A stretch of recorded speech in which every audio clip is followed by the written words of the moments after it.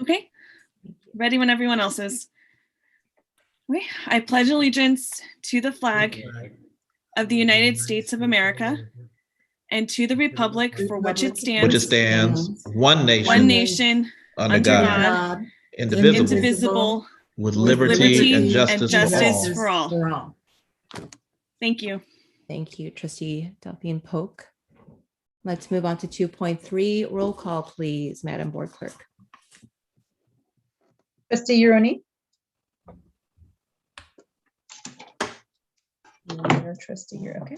Trustee Withrow. Yes. Trustee Jenkins. Here. Trustee Handy. Yes. Trustee Delphine Polk. Here. Trustee Bonilla. Present. Trustee Gonzalez Ewan. I'm right here, thanks. Trustee Napolia Bellaris. Here. Whoever's going to do this is going to do it for a couple of years. Maybe I can think of some questions that I'll share via text. Can we mute everyone? Madam Board Yes. Clerk?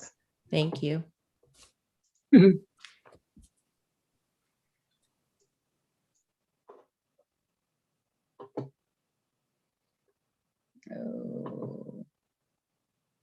Hold on.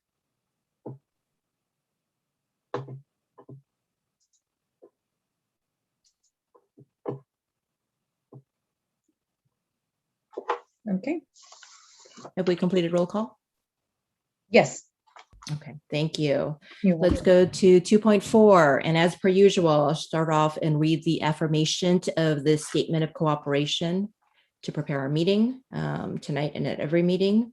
We, the Peralta Community College District Board of Trustees, commit to the following in our efforts to help students reach their educational goals. Number one, we agree to listen and seek to understand others and opposing viewpoints with the expectation of good intentions and a deep commitment to the district's students. Number two, we commit to being prepared for each meeting and to work within our established communication protocols when we seek additional information. Members will review the agenda in advance of each meeting and adhere to Board Policy 2340 for adding items to the agenda. Number three, we have reviewed the board's code of ethics and commit to reviewing it annually at our organizational meeting to remind ourselves of the behavior we are to exhibit and the guidelines we are to follow in our role. Number four, if the code of ethics is violated, we commit to follow the process stated in the code and will first address concerns informally to settle disagreements one-on-one between and among members before moving to the formal process. Number five, we agree that from time to time, the chair will remind members of appropriate behavior and may call for a recess or redirect members if they stray from the topic of discussion. Number six, we collectively recognize that it is within the duties and authority of the chair to render decisions or to take actions to keep our meetings on track in adherence to board policy. Number seven, we will strive to fulfill the vision we established for ourselves. And number eight, we will model the behavior we want others to exhibit.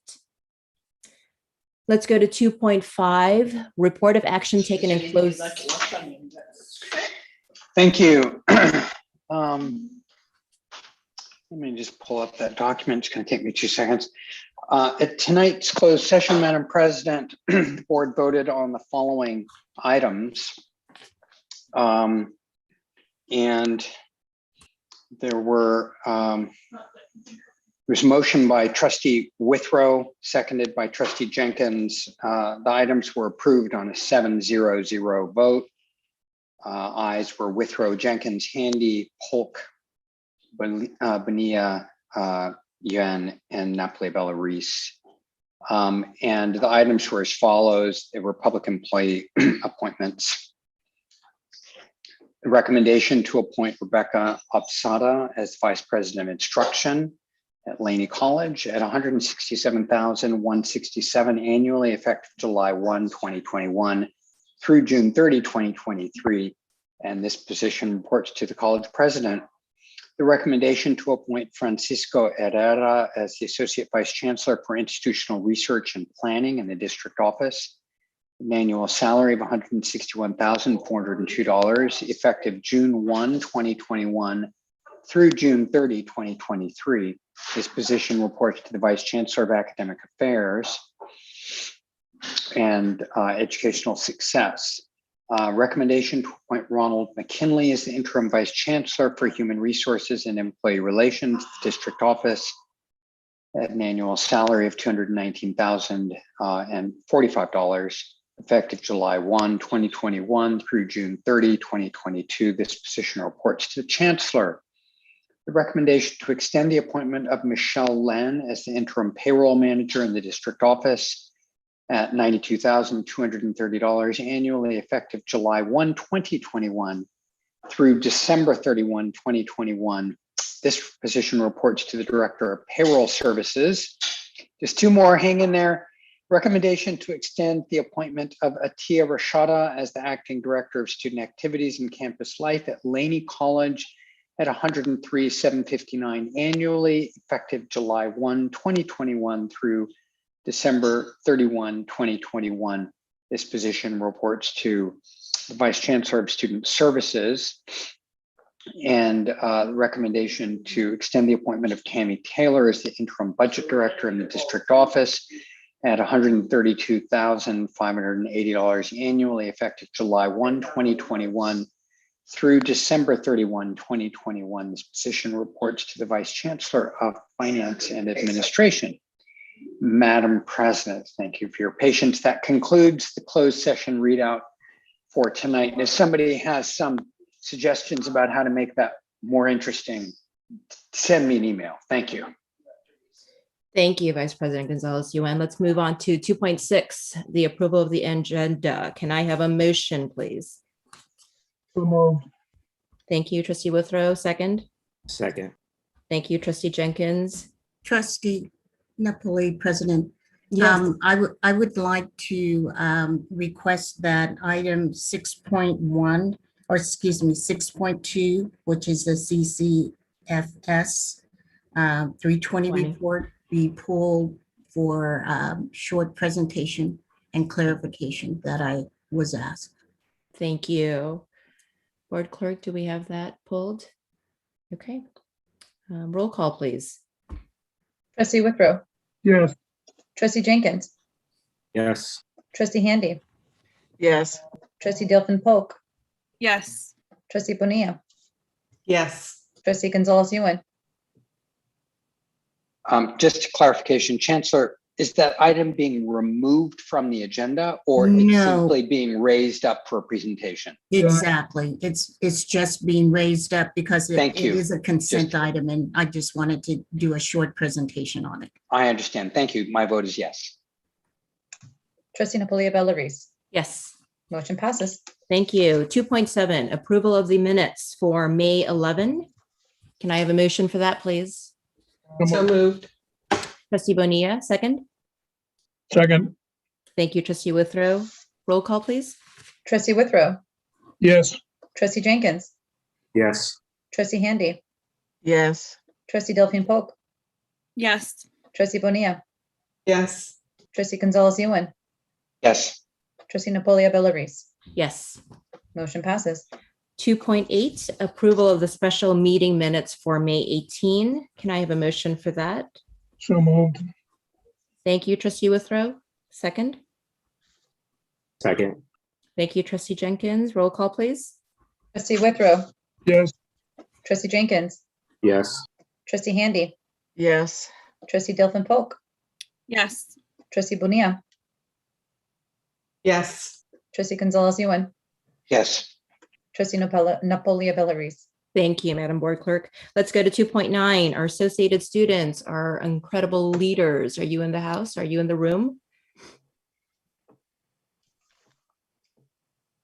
I have, There's a message from Cooper in the chat. ASMC President. yes, I will move him over to panelist. I just did it. Oh, thank you.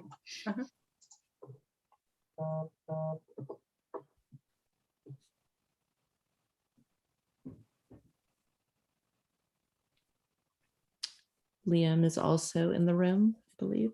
Yes, yes.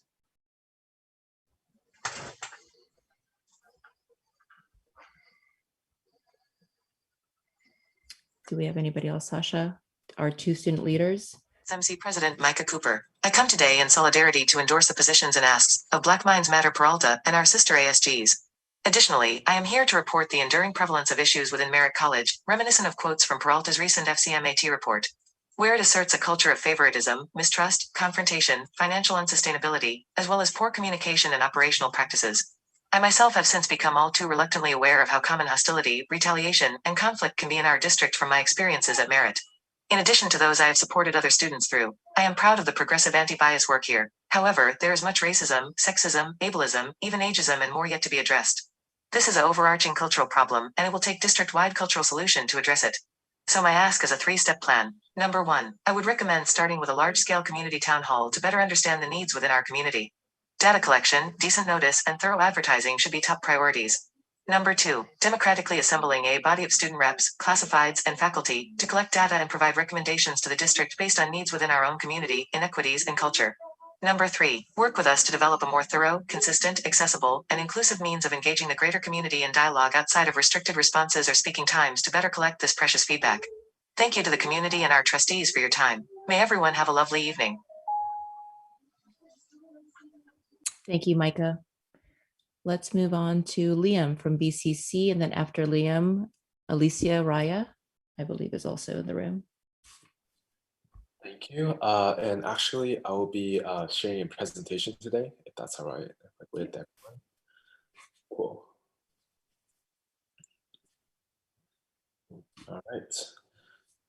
Good evening, Madam President, members of the board, Chancellor Jackson, and guests.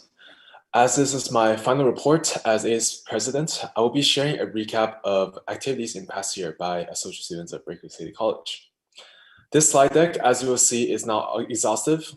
There are many projects and events not shown here that have impacted student life throughout the months. Then here are some highlights. The first iteration of our community circle came at the heel of the George Floyd protests. Student leaders facilitated conversations surrounding the mental health effects of rampant police brutality and adjustment to life in pandemic. And next is Welcome Week. It actually holds a special sentiment for me because I was able to see how committed our team was overall, spending days of their summer breaks working towards a new beginning for our school. Soon after, we divided the council into 5 focus teams, kicking off with the first ever ASBCC civic engagement team. We rode the momentum of the election cycle to increase civic literacy and voter registration within our communities. Next came these events organized by the student engagement team. Within these spaces, the team encompassed the need for deeper bonds between students and ignited a fiery spirit for friendly competitions. And while civic and student engagement teams put on a show for the community, the others were also hard at work in the background. The basic needs team rebranded our food pantry, sharing crucial information and even volunteering in person for distribution at the height of the pandemic.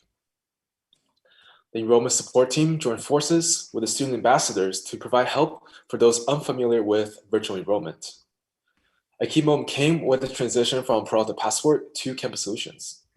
Having these students available every week was undoubtedly a great help in providing a more equitable environment for all students. And with the support of the community, we're able to collaborate with student clubs and staff and honor each of the observances of the spring months. We brought awareness to Black history, women's history, sexual assault victims, and AAPI heritage through safe and educational community spaces. And while these were some of the events ASBCC helped realize throughout this unprecedented year, there are many other vital projects, the most notable of which was the Honor Lock resolution.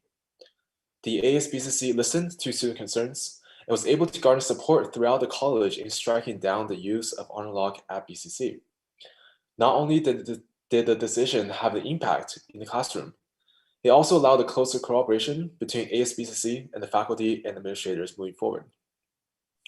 The work throughout the spring term then culminated in the framework for the formation of the Academic Honors Council next term. And overall, it was a very productive year for ASBCC. The work, however, is nowhere near complete. The Student Senate for California Community Colleges recently passed a resolution surrounding a dire need for student housing and the inequitable consequences of inaction. Following suit, many shared governance bodies in all four of our colleges then endorsed a holistic safety and wellness plan for Peralta. As the current and future leaders of this wonderful community, we have the opportunity to send a strong message to those we serve that we hear them loud and clear and that we will take action. So as I wrap up my presentation today, I urge you to listen to needs of our community members so that we can continue to exceed expectations and become an educational entity that inspires our students for years beyond. Thank you, and that concludes my report. Thank you, Liam, for that. A lot has been done this year. Thank you for your leadership. Let's move to Alicia, please. All right. Hello, folks. Hello, trustees. I'll begin by thanking the ASLC senators. It is truly bittersweet that this is the last time that I'll be formally representing you all today as your president. For Laney students who are also graduating or transferring from Laney, please pull up to Laney at 1 p.m. on June 2nd for a meal and a dessert courtesy of Laney's culinary department. We will be serving Alfredo, chicken Alfredo, or Alfredo with vegetables as our vegetarian option. So yeah, come get some dessert and allow us to congratulate you with a graduation gift also that you'll just have to come to discover exactly what it is. So the ASLC has just wrapped up interviews with candidates seeking to serve as the next ASLC president. And I am so excited to be able to witness as the next ASLC begins to form and they continue to be centered on advocating for students' basic needs to be met. Because it's clear to us that there is so much work to be done. Today marks 1 year that our brother George Floyd was murdered unjustly by police. 1 year ago today, the country, the Bay, and many of our students and faculty and community members began with our demands to end the legalized subjugation and murder of Black people. So much of our lives has changed in 1 year, but the issues that live in our community and our collective demands to end police terror remain the same. So thank you again for making the morally correct decision to end policing on Peralta's campuses, a decision that you made in solidarity with your Black, Indigenous, and other folks of color students. And the work is far from over still. Right now, the entire city is reimagining safety. In conversations about defunding the police to refund housing and mental health services and other basic needs to create safety continues to dominate the conversation. Oakland City Council President Nikki Fortunato Bass has been a people's champion and the person who governs over the district in which Laney resides and is an active ally to this movement. So I urge you to take advantage of the political opportunity at hand and begin plans for student housing to offer to your low-income students, because we know that safety is facilitated by having basic needs met. It is true that most crime that happens on Laney's facilities has been property crimes, not violent ones. Unhoused people looking for shelter, breaking into shower stalls and our bathrooms are stories that are normalized. Before the pandemic, Peralta students were already living in crisis. How did we allow ourselves to be entertained by the horror stories of young people commuting from Stockton to Oakland just to reap the benefits of attending our institutions? It is clear that student housing for Laney folks was needed 10 years ago. As we think about the paradigm shift away from policing on our campus, housing must be at the forefront of the conversation. The ASLC understands that the housing crisis is also very much an anti-Black crisis, as the statistics show us that the majority of students dealing with housing insecurity are Black, Indigenous, or within another POC community. And specifically, data reported before the pandemic states that 70% of Oakland's houseless population is Black. So fixing this issue takes every person that sits in a leadership position in Oakland to address. It is no question the impact that community colleges have within our society and within Oakland. And we can be the institution that leads the nation in understanding how to create healthy learning environments where students are invested in and not policed. So with the proper relationship building, Laney could be the center of community where folks can receive restorative justice training, be given affordable housing options while they attend, and get access to mental health resources, but only if you all have the power to make this reality happen, have the courage to envision our campuses this way. Transformative justice is the future of addressing harm within our community without the police, the way it ought to be. So the Holistic Health and Safety Plan is the blueprint. It has been endorsed by all college faculty senates as well as the district academic senate, and for good reason. I urge you to listen to the needs of your community, endorse the Holistic Health and Safety Plan, and begin implementation of our holistic safety as a part of our plan for a post-pandemic Peralta. Begin the plans, the conversations needed for student housing, and one that doesn't rely on working class taxpayers to fund. Use models like Cerrito College in California. Use land trusts. Listen to community leaders for housing justice when things get murky. And most importantly, please act like there are students' lives on the line, because there are. It has been an honor to serve in this position, and I'm excited for the future at Peralta. Thank you all. Thank you, Alicia. Thank you for your leadership. Thank you for your work. Thank you for your passion and for your compassion. Let's move on to 2.10, Classified Senate Report. Terrence, are you in the room?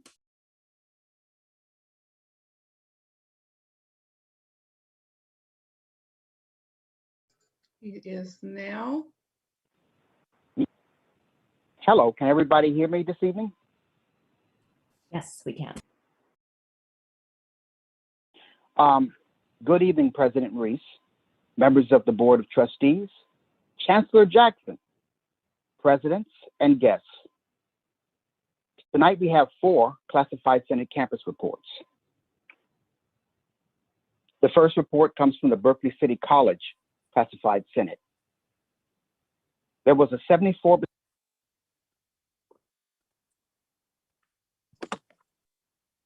Uh-oh, you went out, Terrence. Classified Senate is looking forward to hearing the results and comments from the survey.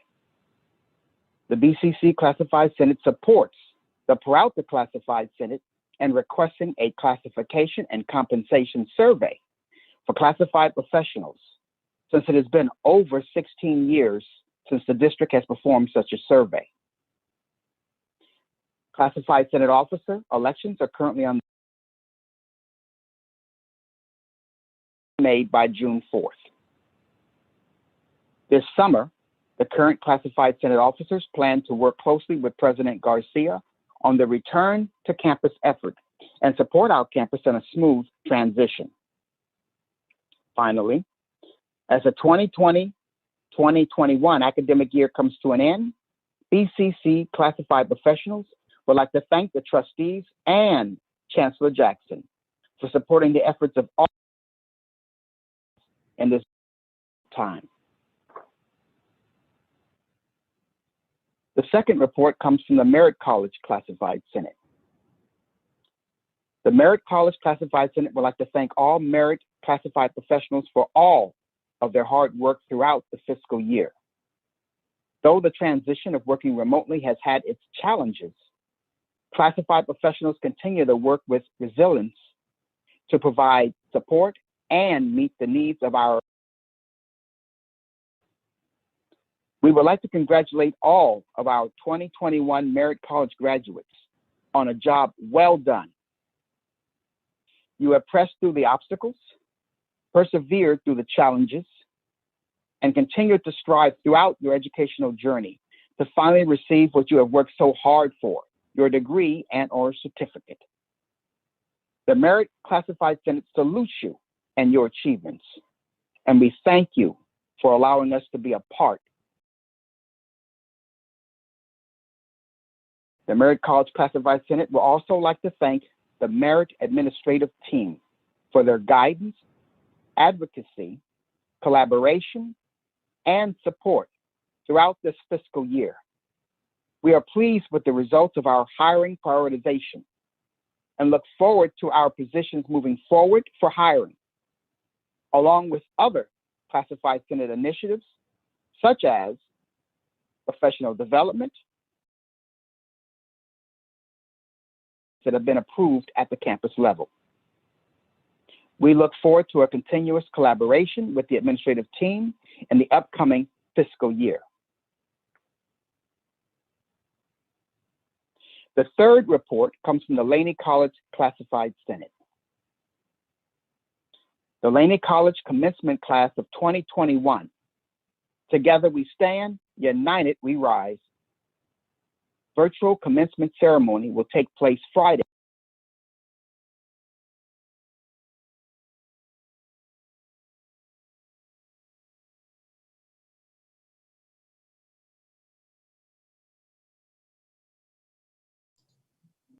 Final report comes from the District Administrative Center Classified Senate. The newly restarted District Administrative Center Thursday, May 27th, to set priorities for the upcoming year. The Senate's next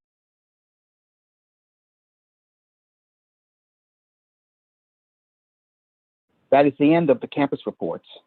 Thank you very much for your continued support of the Peralta Classified Senate. Sorry, Terrence, we probably lost every 11th word, but thank you for the reports. Let's go to 2.11, District Academic Senate Report. Donald Moore. Good evening, President Reese. My name is Donald Moore. I'm the District Academic Senate President.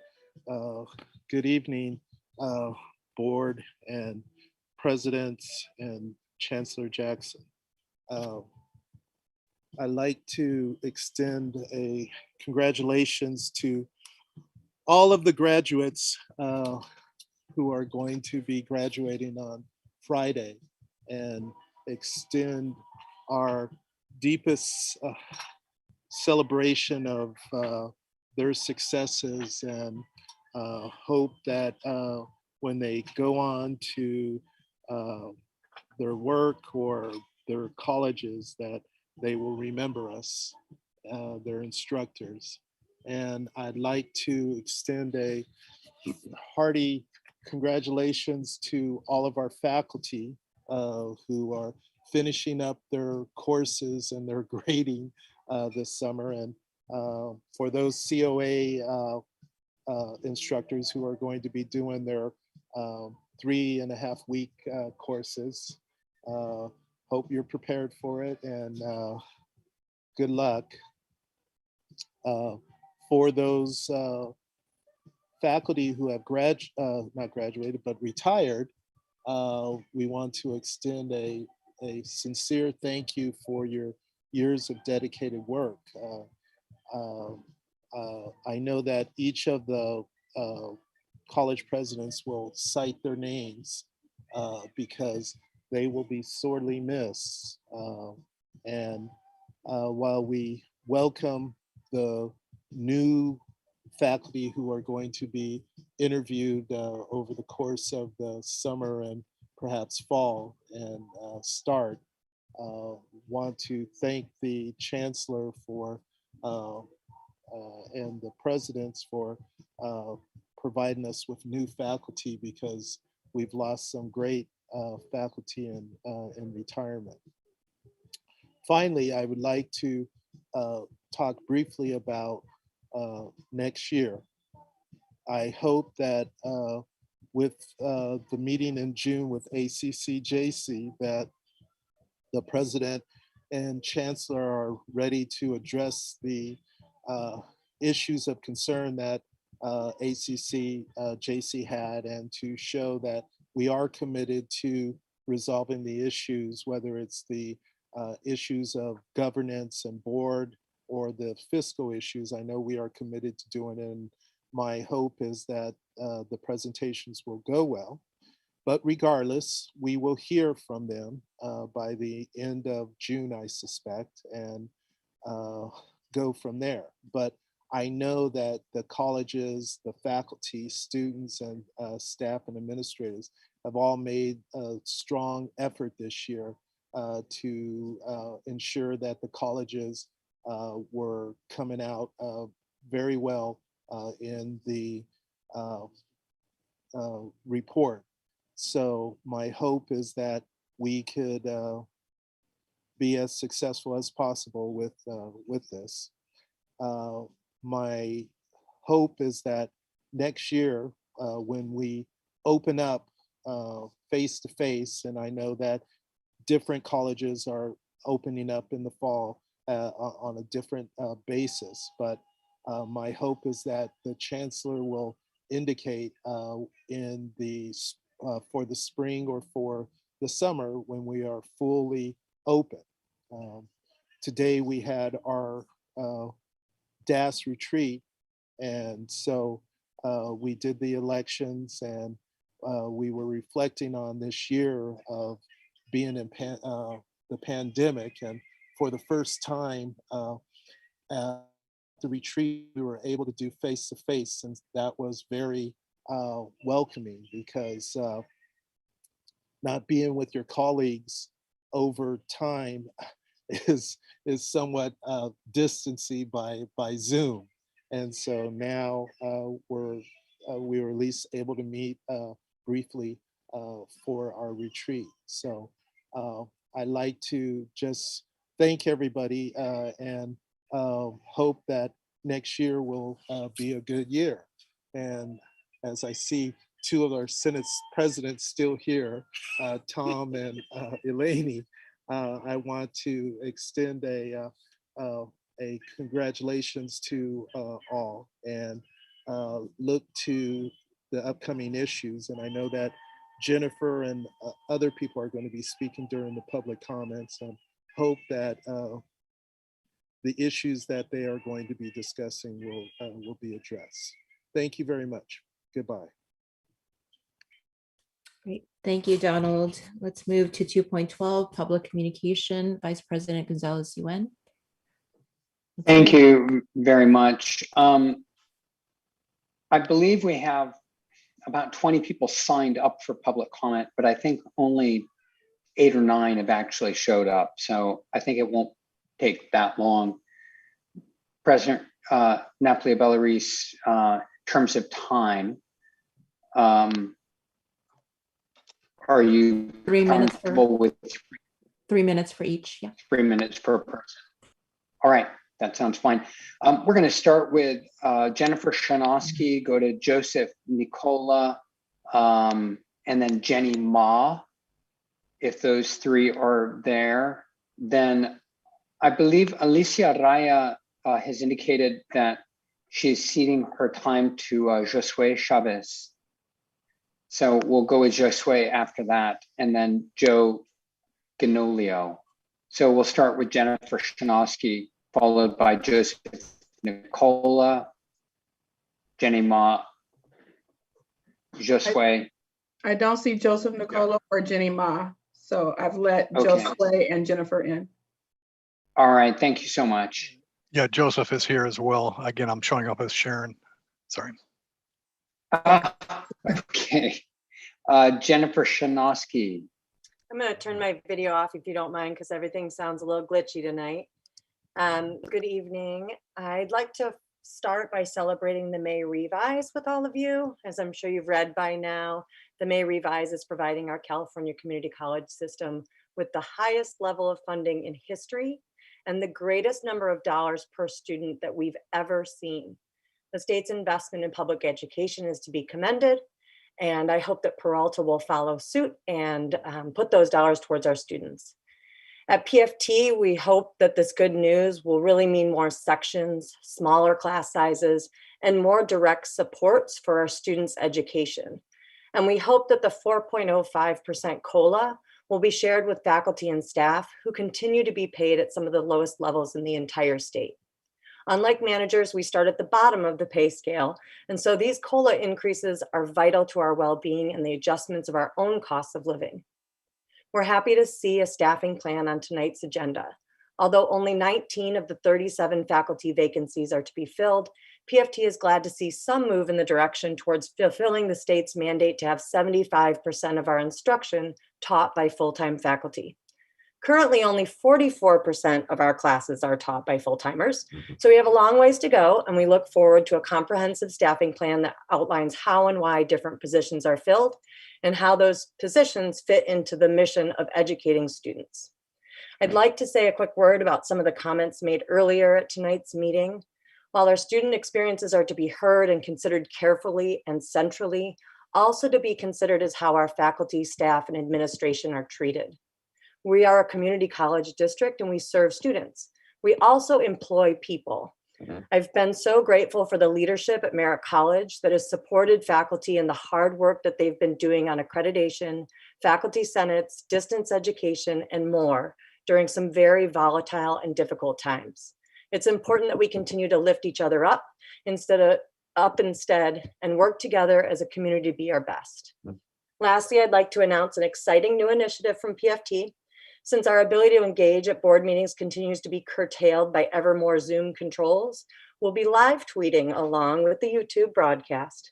Anyone interested can simply follow along with us at PFT1603T, as in Tom.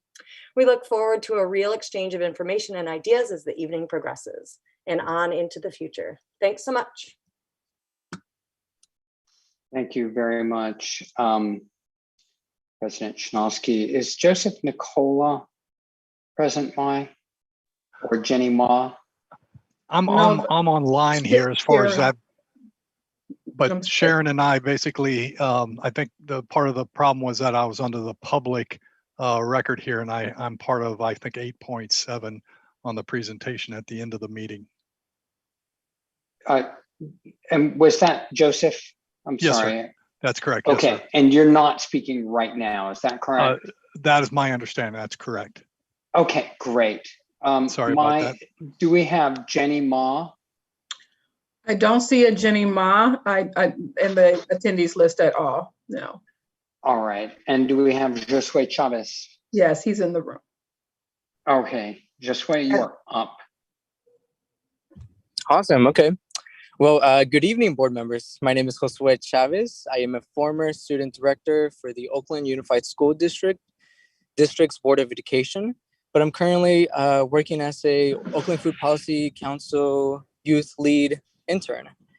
I am here speaking today to advocate for the many community college students that are passing through your systems. It is a great benefit for students and their communities to receive proper fundings throughout their college experience. That being said, we need continuous and equitable funding for student housing, mental health services, and restorative justice practices that replace a broken white supremacist policing system. Thank you. Okay, I think, great, thanks so much. Do we have Joe Ganolio? Not see it. Tallulah E.M. Shepherd? No, not in the attendees room. Okay, yeah. I can move over some folks that I'm seeing. I see Armani Trailer, and I can move that person over right now. That sounds great. Okay. Armani Trailer, you are up.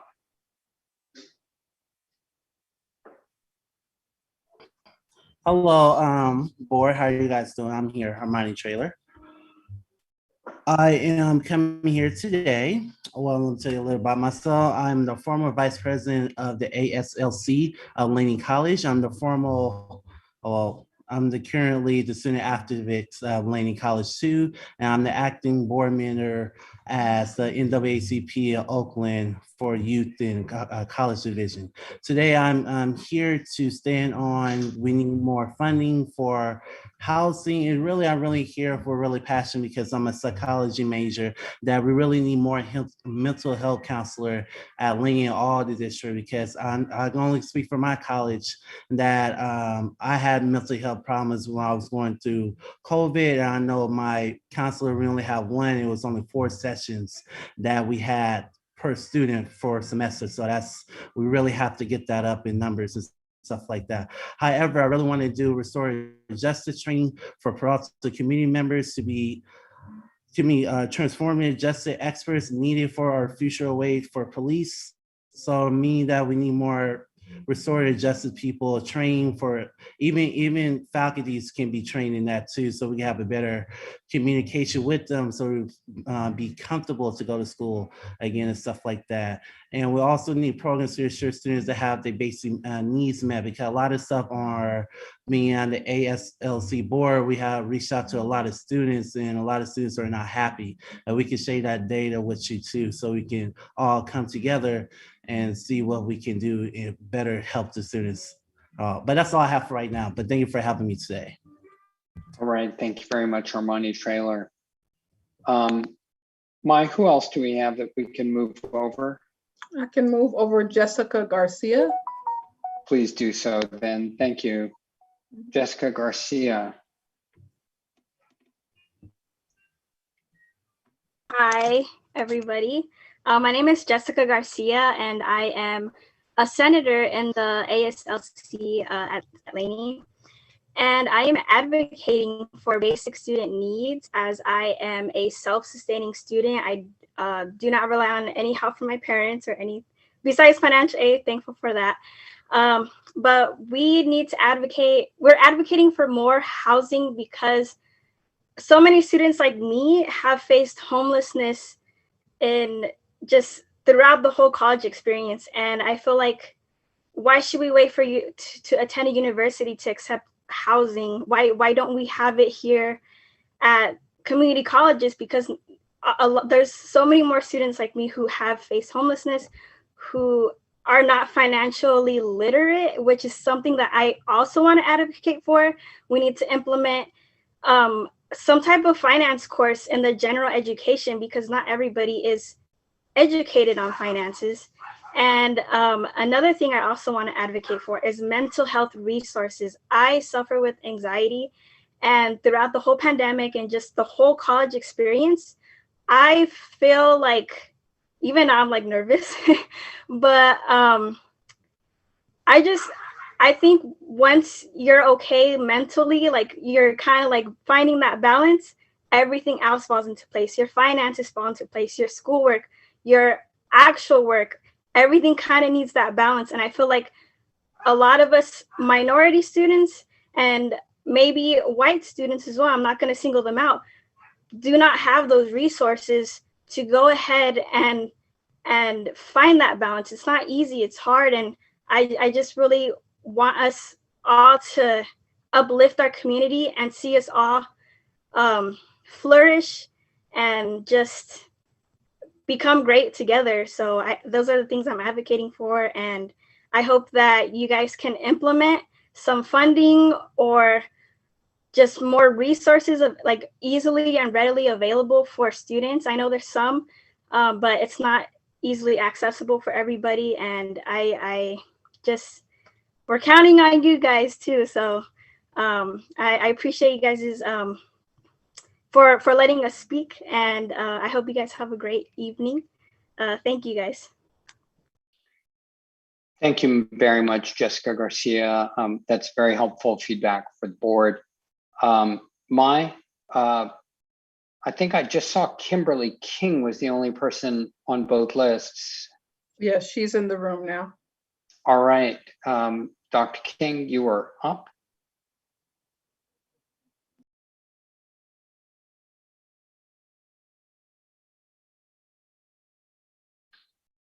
Can't You're hear muted. you You're yet. muted, Dr. Kimberly, you are muted. Okay. Sorry about that. Thank you. You're with us That's now. the top quote of COVID times. You're muted. Okay. Thank you. So I said greetings to the Chancellor, to the Board of Trustees, to the student leaders and the faculty and staff leaders. Today is the 1-year anniversary of the brutal murder of George Floyd by the Minneapolis Police Department. This public lynching of George Floyd and so many other unarmed human beings, particularly African-American human beings, led to an explosion of protests last summer, building to over 26 million people who built the largest mass protest movement in American history. This movement, of which we are a part, was made up of people of all colors, demanding a new way to do public safety and a new way to do public budgets. One of the clearest demands has been to defund or divest from policing and invest in vital human services, human needs. Before the pandemic and the murder of George Floyd, our students in Peralta faced police brutality crisis. They faced a poverty crisis. They faced a mental health crisis and a housing crisis. These crises are all worse now. Yet we have an opportunity to do something now. There are new funds from the state and from the federal government to address the pandemic and the systemic racism, as well as new funds from California that we somehow, the billionaires, made money during the pandemic. We have that money. That money needs to be used for our students. In addition, California is the richest state in the country, so we know that the funding is there. Let's see, I wanted to say that there needs to be a plan for how this is going to be used, how this new funding is going to be used. And some of this needs to relate to the decision that the board made on June 23rd last year, a unanimous decision to defund the sheriffs.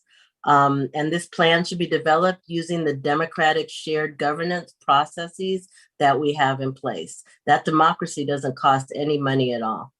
We're also concerned about the consultant that the district has hired, Knowledge Saves Lives. It's led almost entirely by former police officers. This is not consistent with the unanimous decision of the board to terminate the contract with the sheriffs and implement non-police community-based alternatives. Now is the time for the district to join forces with the progressive majority on the Oakland City Council to create solutions to the housing crisis. Follow the lead of the multiple shared governance bodies across all 4 colleges who have endorsed the holistic safety and wellness plan composed by the Black Minds Matter at Peralta Group. Plans for implementation must begin immediately to meet the demands of the crisis. Hiring our new security firms is very important, but the paradigm away from police must include a holistic approach that includes mental health, restorative justice, and programs for housing and basic needs. Thank you. Thank you very much, Kimberly King. Maisha, is there anybody else on that list who appears to be present still? Yes, I'm going to move over Bryn McSween. Thank you so much.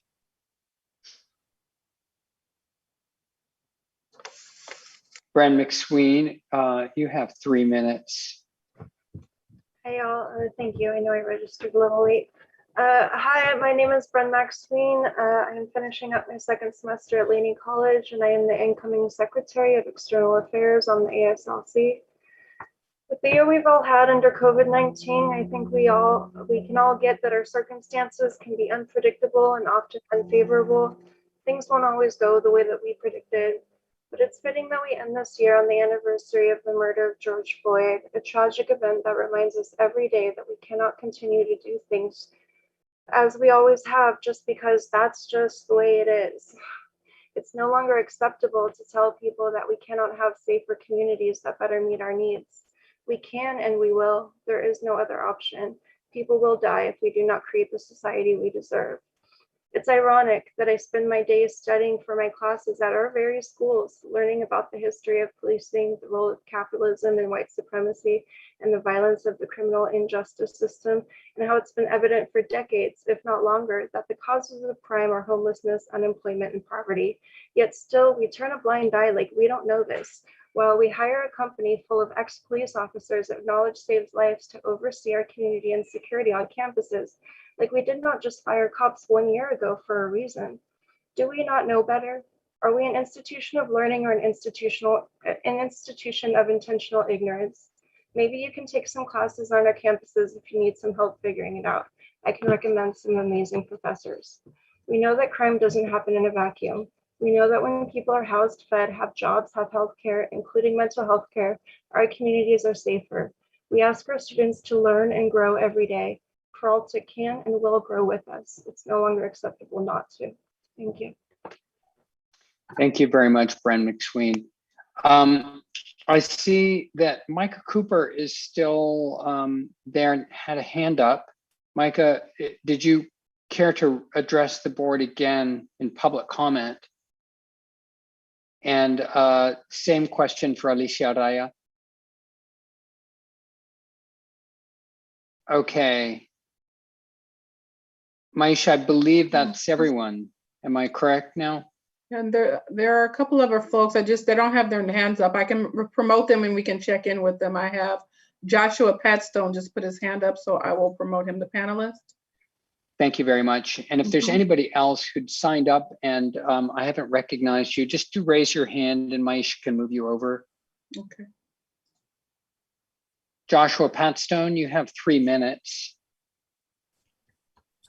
Yes. Oh, okay. Welcome. Hi, hello. My name's Josh. I'm a proud member of the Peralta Community College District and student leader and leader within the Black Minds Matter group at Peralta. A lot of what I have to say has been said already. Today marks the 1-year anniversary of George Floyd's murder. Since then, we all know that there's been like unprecedented mobilization towards social justice. And this mobilization is not an isolated incident. It's a part of a broader movement. So I'd like to congratulate the Peralta board for making that huge step last year and canceling the contract with the Sheriff's Department. But I would also like to remind everybody that abolition doesn't simply mean to get rid of the police. As I'm sure most of you know, abolition is rooted in the tradition of communities coming together to address basic human needs so that current systems in place are no longer needed. So today I come to urge the board to hire, not only hiring security firms is important, but I urge the board to hire more mental health counselors and other mental health services, restorative justice training for Peralta community members, to begin cultivating the transformative justice experts needed for our future away from policing, and programs to ensure that all students have basic needs. Thank you. Thank you very much, Josh Patstone. Let's see, Maya's moved over Jessica Garcia. Jessica, you have 3 minutes right now. Hi, I spoke earlier. Okay, we're all good. Then let's go to Mike Cooper again. Micah wants to address the board in public comment separate from being a student government leader. Micah Cooper, you are up.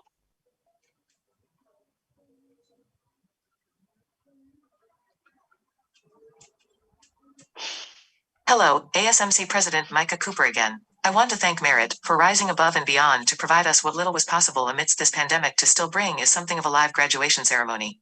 Though legally confined to small numbers, it was a life-changing difference they rose above to provide us despite obstacles. Thanks especially to Director Hankins and Student Activities, Ms. T in Sankofa, Kat in EOPS, Soledad in CARE, Professor Santana Gonzalez in Puente, and all others I've forgotten who blessed us with their hard work to make this happen. Thank you, and thank you again for honoring our feedback and prayers with above and beyond. Dedication. Thank you very much, Mike Cooper. Is there anything else? Okay, I'm going to take that as a no. Maisha, is there anybody else that I've missed at this point? Not that have their hands raised. So if there's anybody else in the attendees that is for public comment, can you raise your hand? I think the other folks are for later in the agenda. Okay, and I'll just say the other day I was using gender-specific titles and was asked to think about that because we don't have a way of identifying gender from our speakers. And so if I'm using first last name here, it's not a sign of insult. I would be happy to use an honorific if I knew of an appropriate one. And if we can think about how to do that as a district, that would be super helpful. So President Napoli of Belarus, I'm going to hand the gavel back to you. I think we're done with public comment. I'm sorry, Alicia has her hand up now. She just put her hand up. I'm sorry about that. I'll put her back over. President Rea, you've got the time that was not used by Josue. There are two folks registered under Alicia Rhea. Let me move the other one as well. So maybe that's what's going on. Okay. Okay, they are both in the room now. Alicia Rhea, you are So up again. I'm ceding my time to Amin Robinson, who is probably the other Alicia Rhea. So pass it to you, Amin. Okay, Amin Robinson, just unmute yourself there, and we'd love to hear what's on your mind. Thank you for that intro. Thank you, Alicia, for giving me your time. Thank you guys for being here to listen. So my name is Amin Robinson, and I'm very proud to be here and be a part of a community with a district that values Black life.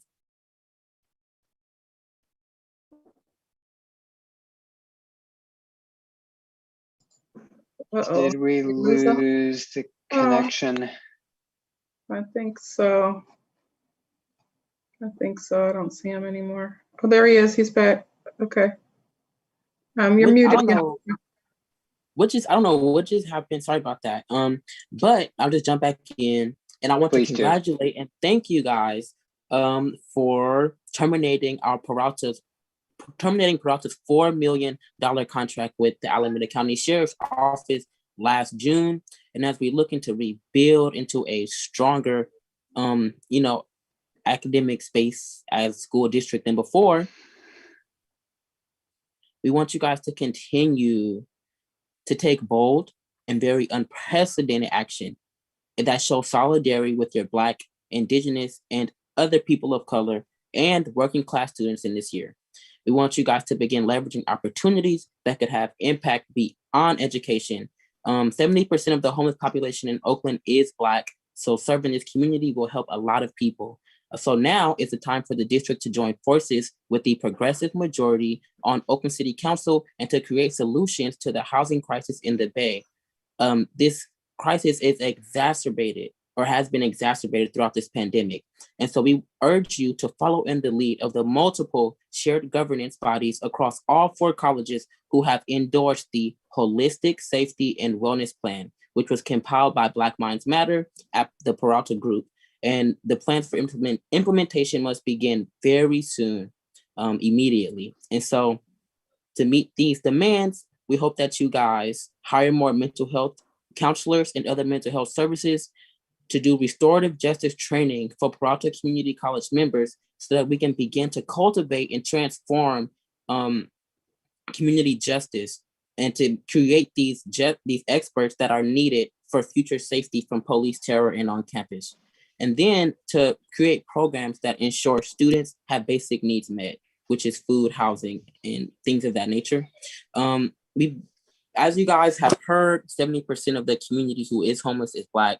And then on top of that, being homeless means that you're exposed to so many other disparities, which means that if we're not helping them and supporting them in any kind of way, they're just going to continue to be kind of on this downward path. And so that's kind of not where we want it to be. And so thank you for listening and appreciate you guys' time. Thank you very much, Amin Robinson. President Napoli Bellarice, I now think I can hand you the gavel. Great. Thank you. Thank you for that. And There thank you for go. all of our speakers. Thank you very much. Thank you for that. And thank you to all of our speakers for taking the time to let us know your thoughts. Let us move on to 2.13, Chancellor's reports. Dr. Jackson, I will hand it to you. Thank you very much, President Bellarice. I'd like to start with Laney College, followed by College of Alameda, and then Berkeley City College, Merritt College, and then I'd like for Dr. Siri Brown to give an update on the parcel tax committee that made a presentation on April 27th to the board regarding the discussions that we've had with them. So first off would be Laney, then COA, BCC and Merritt, and then Dr. Siri Brown. Thank you. And please let me know if you guys would like me to share your reports. Otherwise, I'll assume that you do not right now. Okay, good evening, Chancellor, members of the board, and colleagues in education. Tonight, my message is essentially 2 parts. I'm touching on the ideas of achievement and also on appreciation. First of all, I'd like to extend my most heartfelt congratulations to all of our Laney graduates who will be receiving their degrees and certificates this coming Friday.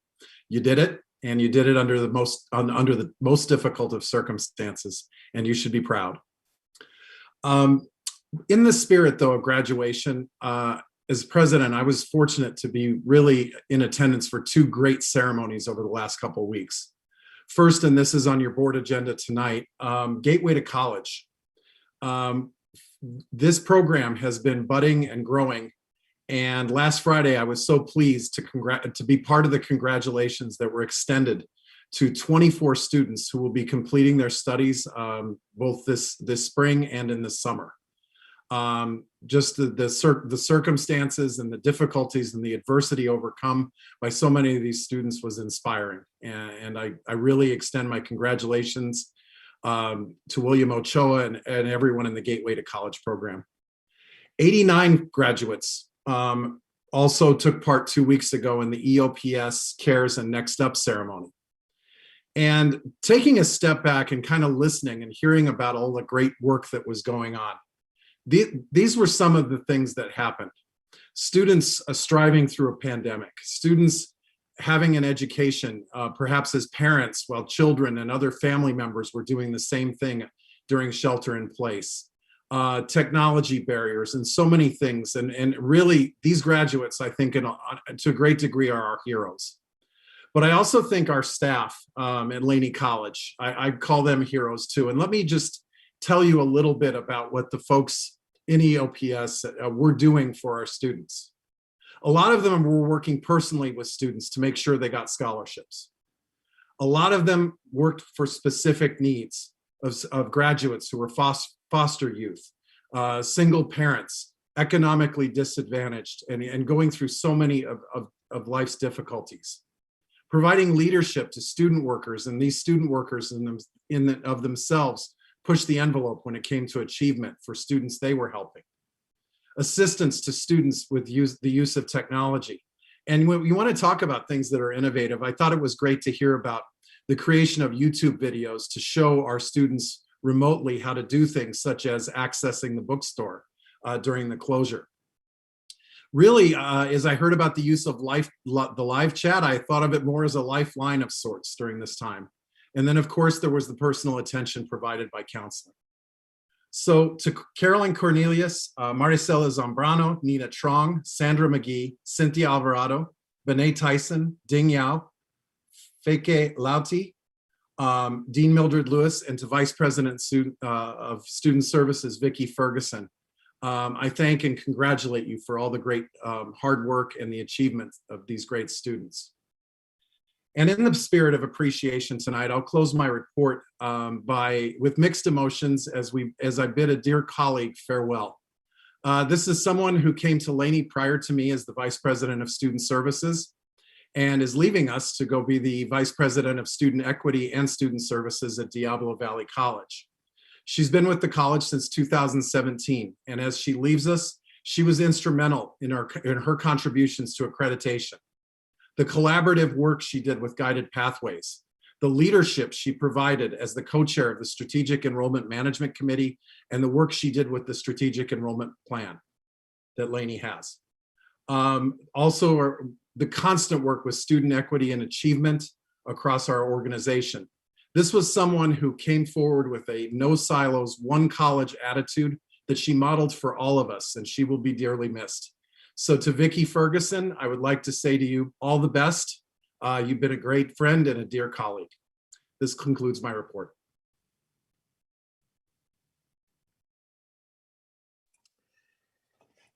Good evening, President Reese, trustees, Chancellor Jackson, colleagues, and guests. I would like to start my report this evening by saying congratulations to the class of 2021.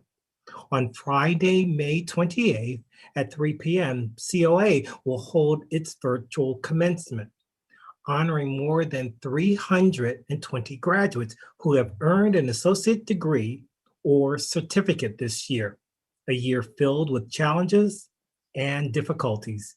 Each graduate, a shining example of courage, determination, and resilience. We celebrate their accomplishment, especially those of Donna Hooper, who is COA's valedictorian, and Angel Hung, this year's President Medallion recipient, as well as Benjamin Wilson Ripsum, who is our salutatorian for their outstanding achievement.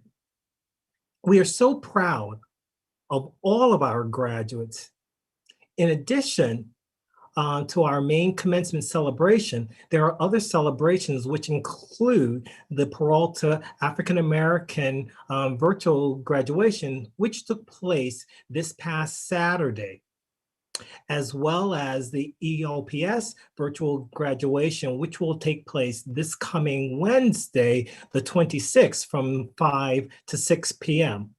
And our Peralta Latinx graduation celebration, which will take place on June 5th from noon until 3.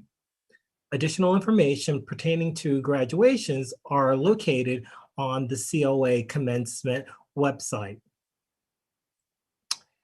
As this academic year draws to an end, I would also like to thank and commend our faculty, staff, and administrators for the amazing work that they've done this year to care for, support, and facilitate the education of our students.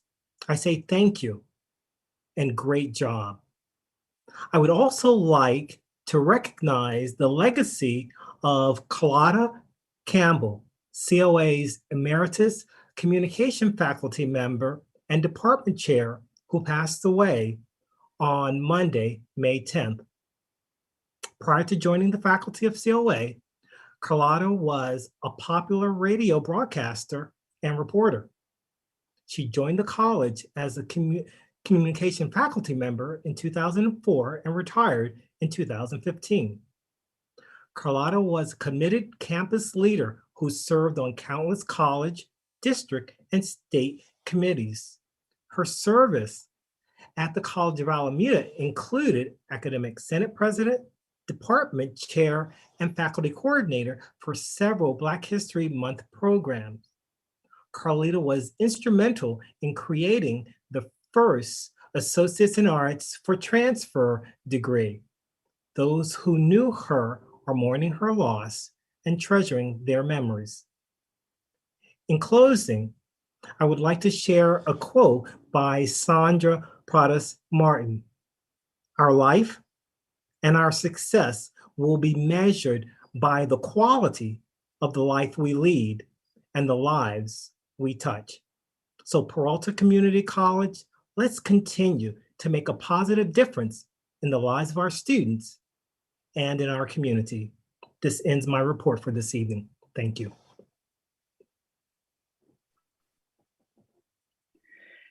Good evening. It gives me great pleasure to provide the President's Report for Berkeley City College. So good evening, trustees, fellow colleagues, community members, students, and just colleagues from throughout. I would like to begin in similar order to my, my fellow presidents by congratulating the graduates of the class of 2021. Felicidades. For many of our students, they are the first in their family, the first in their community, the first in their neighborhood.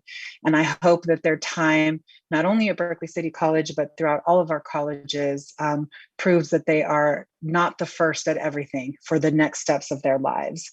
It has been a privilege to have been a part of our students' academic and career journeys, and we look forward to celebrating Berkeley City College graduates this Friday evening. Very much looking forward to, albeit in a virtual environment, the messages from our trustees, Board of Trustees president, from our interim chancellor, and just giving students as much of the pomp and circumstance as we are able, so that we can truly honor the work that they have done and celebrate them.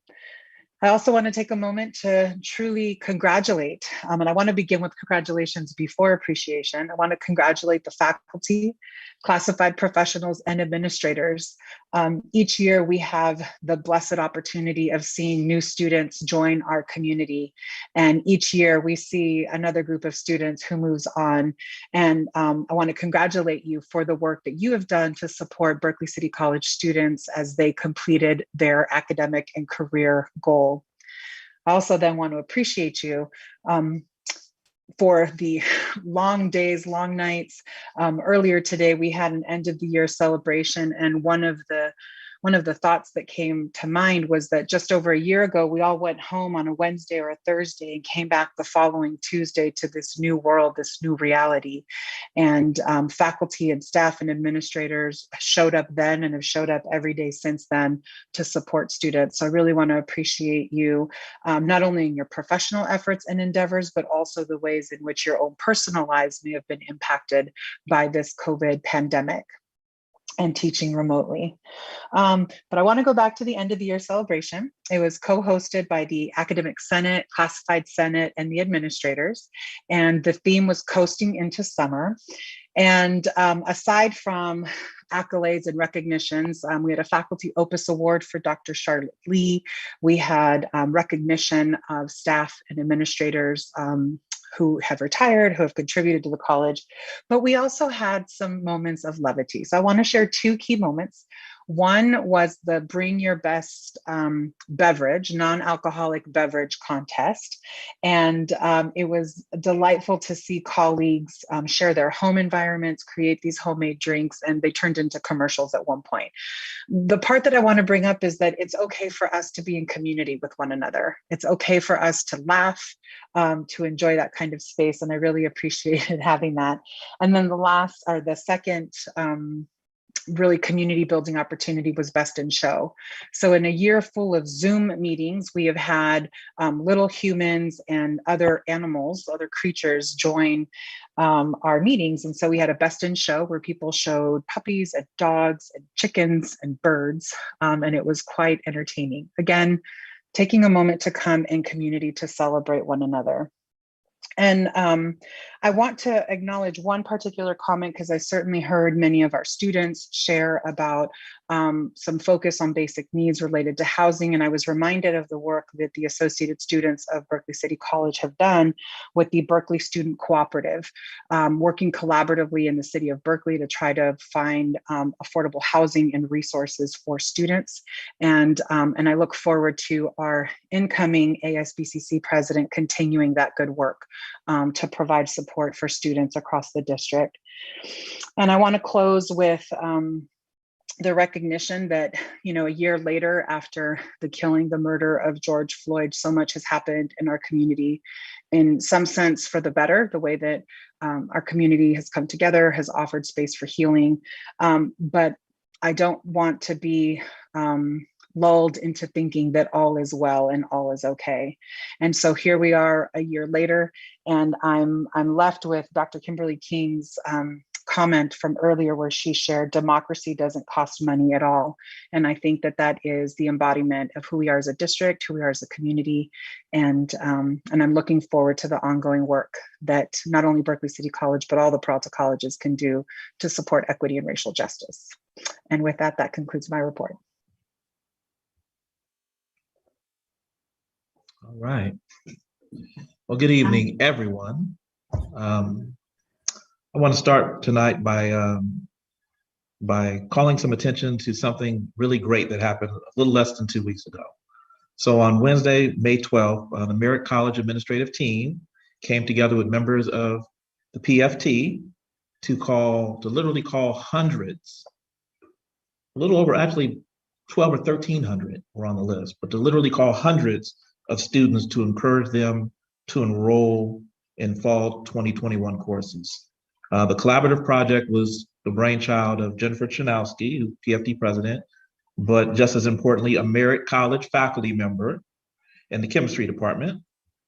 And encouraged by her past success with banking efforts in other areas, she mobilized her network for this important undertaking. That was in collaboration with the Merritt Director of Research, Nathan Pellegrin, who produced a calling list that comprised students. And we really wanted to focus on those who had applied for Merritt for the spring 2021 term, but for various reasons, they never actually enrolled, which was again, a list of 1,500 names. Finally, our new Dean of Enrollment Services, Rashima Thornton, made counseling and A&R support available to these students in real-time Zoom appointments. And we plan to do this additional phone banking events between now and the beginning of the fall 2021 semester, really focusing on increasing our enrollment and providing our students with the access and support they need to attain their academic goals. Secondly, like my other fellow presidents, I want to say congratulations to all of the Merritt College graduates. You should be proud.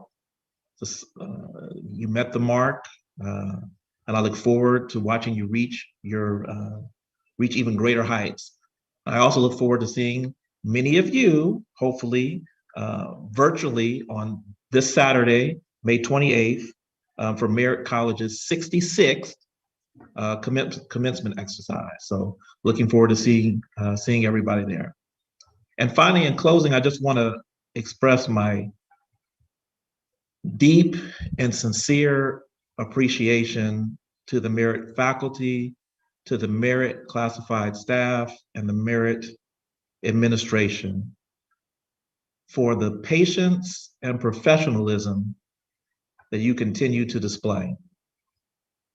I recognize that it's never easy when one is expected to abide the kind of derision that too often comes your way, especially as you attempt to do your jobs in the midst of a pandemic.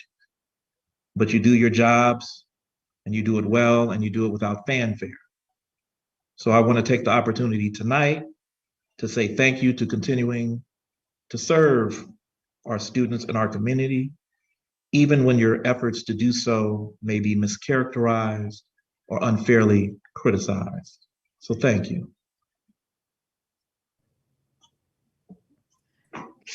Board of Trustees, Chancellor Jackson, colleagues and community.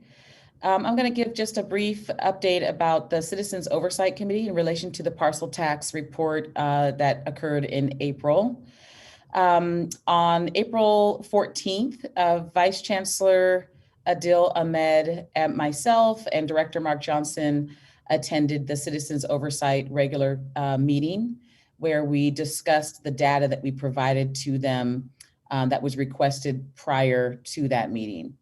And at that meeting, we talked about how it would be helpful to have a mutually agreed upon template and questions and to establish a timeline so that the Citizens Oversight Committee wouldn't feel the kinds of frustration that they've expressed in the past where they have a hard time getting the data they need in a timely fashion. So we met twice since that time. We met on May 6th, and this is the chair of the committee, Debbie Weintraub, Oscar Porter, the vice chair, Vice Chancellor Adil Ahmed, myself, and Director Johnson. At that meeting, we allowed the COC to just talk about what it is that they wanted from Peralta and walk through the template they created and clarify some understandings about the language that they were using in their requests, and talked about how to align that language with the language that we use. And so what we agreed is that we would meet again in 2 weeks and that I would bring back a draft template and draft narrative questions based off of the notes that we took at that meeting. So we met again, the same group of people, but this time I brought Amani Almerzi, she's my curriculum analyst, as well as Stephen Chan, he's the interim associate vice chancellor of institutional research. They joined the meeting as well. And we presented the draft, a template, as well as the draft narrative questions. And I'm happy to say that they were both really happy with both documents and the timeline that we laid out. And so the reason why we had research there is because we actually are going to develop a Power BI dashboard for the parcel tax for the courses that are funded by the parcel tax. And we think that this will make it easier for not only the Citizens Oversight Committee, but also for Peralta to pull the kind of data that's needed. And my curriculum analyst was there because it'll mean that the schedulers will be coding courses that are funded by the parcel tax in a particular way, tying them to Fund 8 so that it's easy for researchers to pull which courses and therefore receive the data. And so at that meeting, we decided on and agreed upon a timeline, the standard template, the dashboard and what that might look like, the narrative questions, and also that the presidents, myself, Vice Chancellor Ahmed would all attend the November meeting, which is about a month and a half after we would turn in our annual report to the COC. However, all of this is going to go to the June 9th Citizens Oversight Committee meeting, and we will all be in attendance there. And Chair Weintraub will be talking about what we have done with the Citizens Oversight Committee and solidifying an agreement around what I've just discussed. So I just want to say that I feel really good about the meetings that we had. I believe they did too. They certainly expressed that many times. And that really the communication breakdowns were the source of where the consternation was. And I think that we've resolved that. But we do want to really kind of codify this new process to make sure that regardless of who's in what positions, that we are always providing the citizens with the data that they need so that taxpayers know what the funds are being used for and how important they are to the community. And last, I just want to thank Chair Deborah Weintraub and Vice Chair Oscar Portrero for just meeting with us and being open and helping us find solutions. And that ends the report. Thank you, Chancellor Jackson. Thank you, everyone. And I'll now turn it back over to President Napoli Reese. Great. Thank you. Thank you.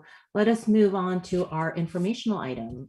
And we have Dr. Helen Benjamin. Again, our apologies, Dr. Benjamin. I know that we are starting way later than you anticipated, and you are on Texas time, I believe. So is Dr. Jackson. But I'm going to hand it over to you, Dr. Benjamin.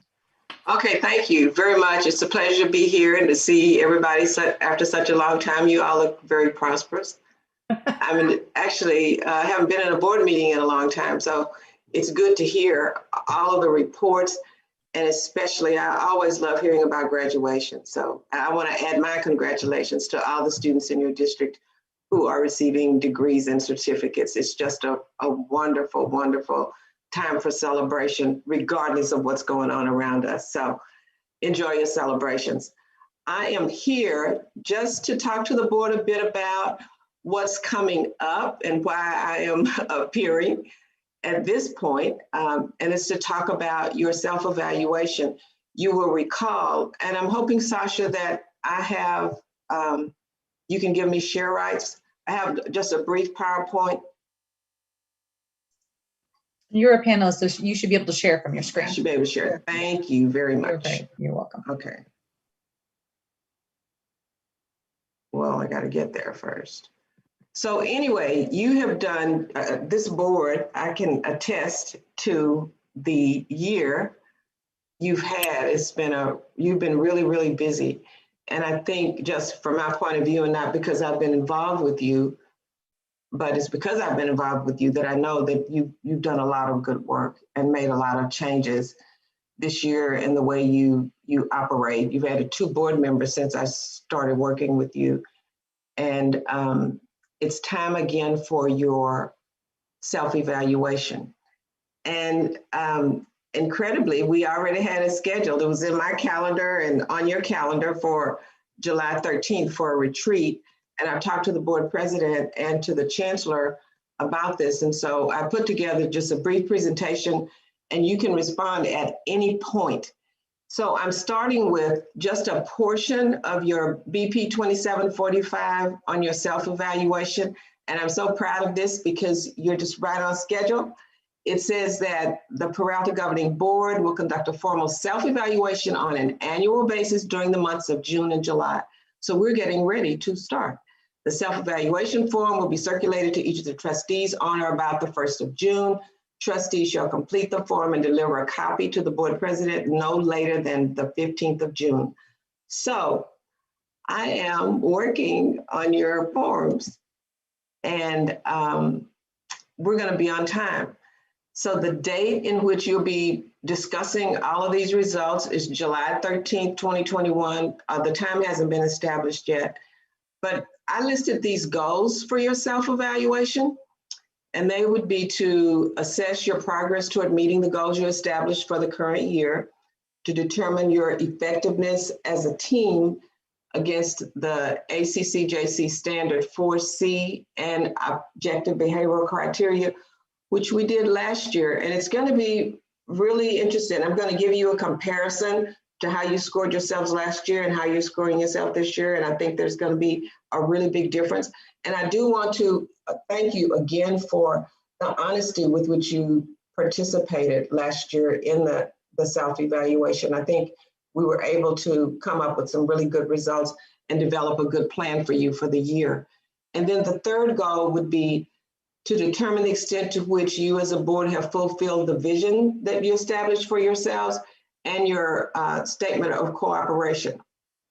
And then the last thing would be to provide information to be used to develop draft goals for 21-22. So at the end of that meeting on the 13th, we should have a good sense of how well you performed in 2021, and then how you can improve, the areas in which you need to improve, and then the goal improve and the goals you want to establish for yourself in the upcoming year. Any comments, reactions to these as goals for your self-evaluation? Okay, moving right along.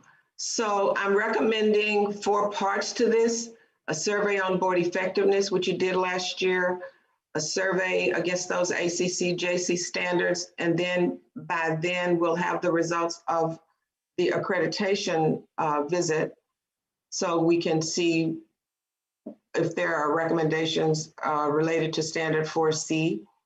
And then survey on the progress toward your goals, and we'll talk just a bit about that in a minute. You know, we have those 2 or 3 pages of goals. We're pretty ambitious. Did not expect to get all those done in 1 year, but they provide a good place to start for you on your goals. And then the 4th, as I just mentioned, to look at that vision statement and statements of cooperation to see how you've done on those, if there need to be changes in them or any such thing. Comments, questions? Dr. Benjamin, is it possible for you to share this PowerPoint with the absolutely. board?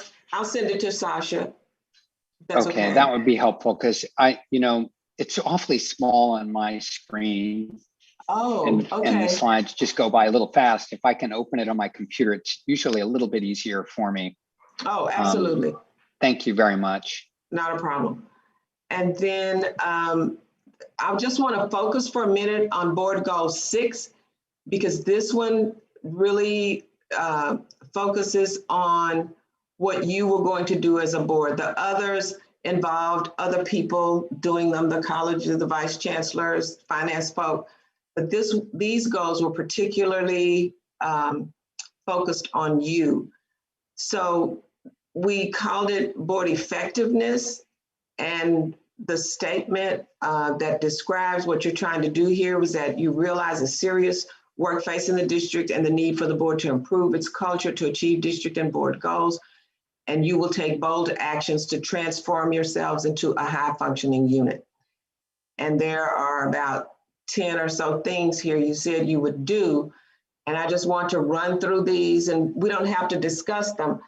My concern on these is the ones on which maybe you've made no progress. And I know you've had a busy year and other things have come up that have gotten in the way, and that's okay of this, but there may be some between now and June 30 you might want to pay attention to.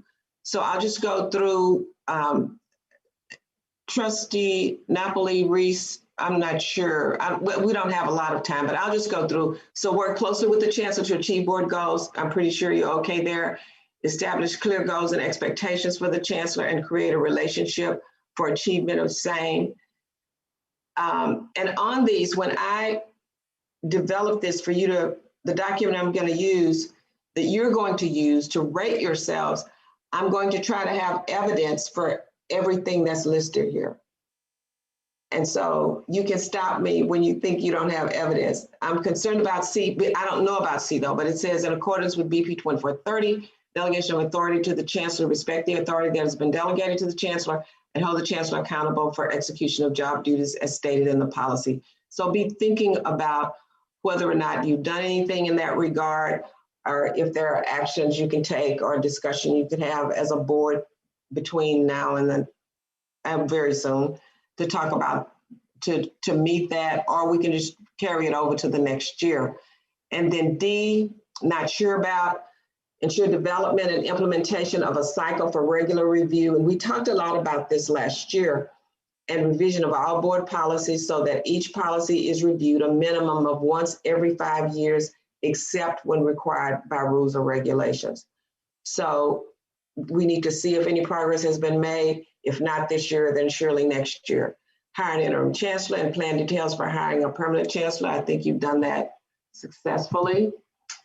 And then adhere to BP, which is what we're doing right now, 2745 board self-evaluation by following a regular cycle for board self-evaluation and development of annual goals. So when we do this in June and July, you will have done it for 2 consecutive years, which is good. And then G, identify and reach a common understanding on board policies on which the board members have conflicting interpretations. And we started this discussion last year, the last time we were together, I think in December, but we didn't get to finish it. There was just so much to do. This is pretty ambitious.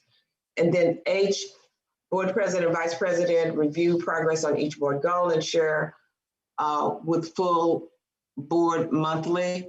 And then the last one, cultivate a strong, positive CEO board relationship that promotes the success of students, the colleges, and the district as a whole. And I just need you thinking about these things, if you made any progress, or if there are actions you can take between now and June 30 toward any of these that you have not made any progress on. So that concludes it for me, Madam President. I'd like reactions if people are okay with the direction I've established here. Trustees, comments, questions, observations?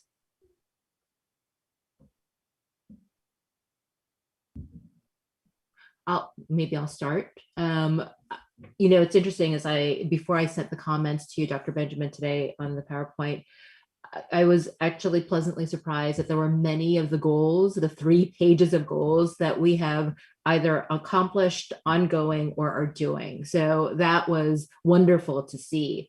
There were a few that we haven't started. And so those are the things that between now and June 30, I think that either we as a board, or for in particular what we have on the screen right now, I think H is something that I have not been doing at all with the vice president, and that we certainly need to do.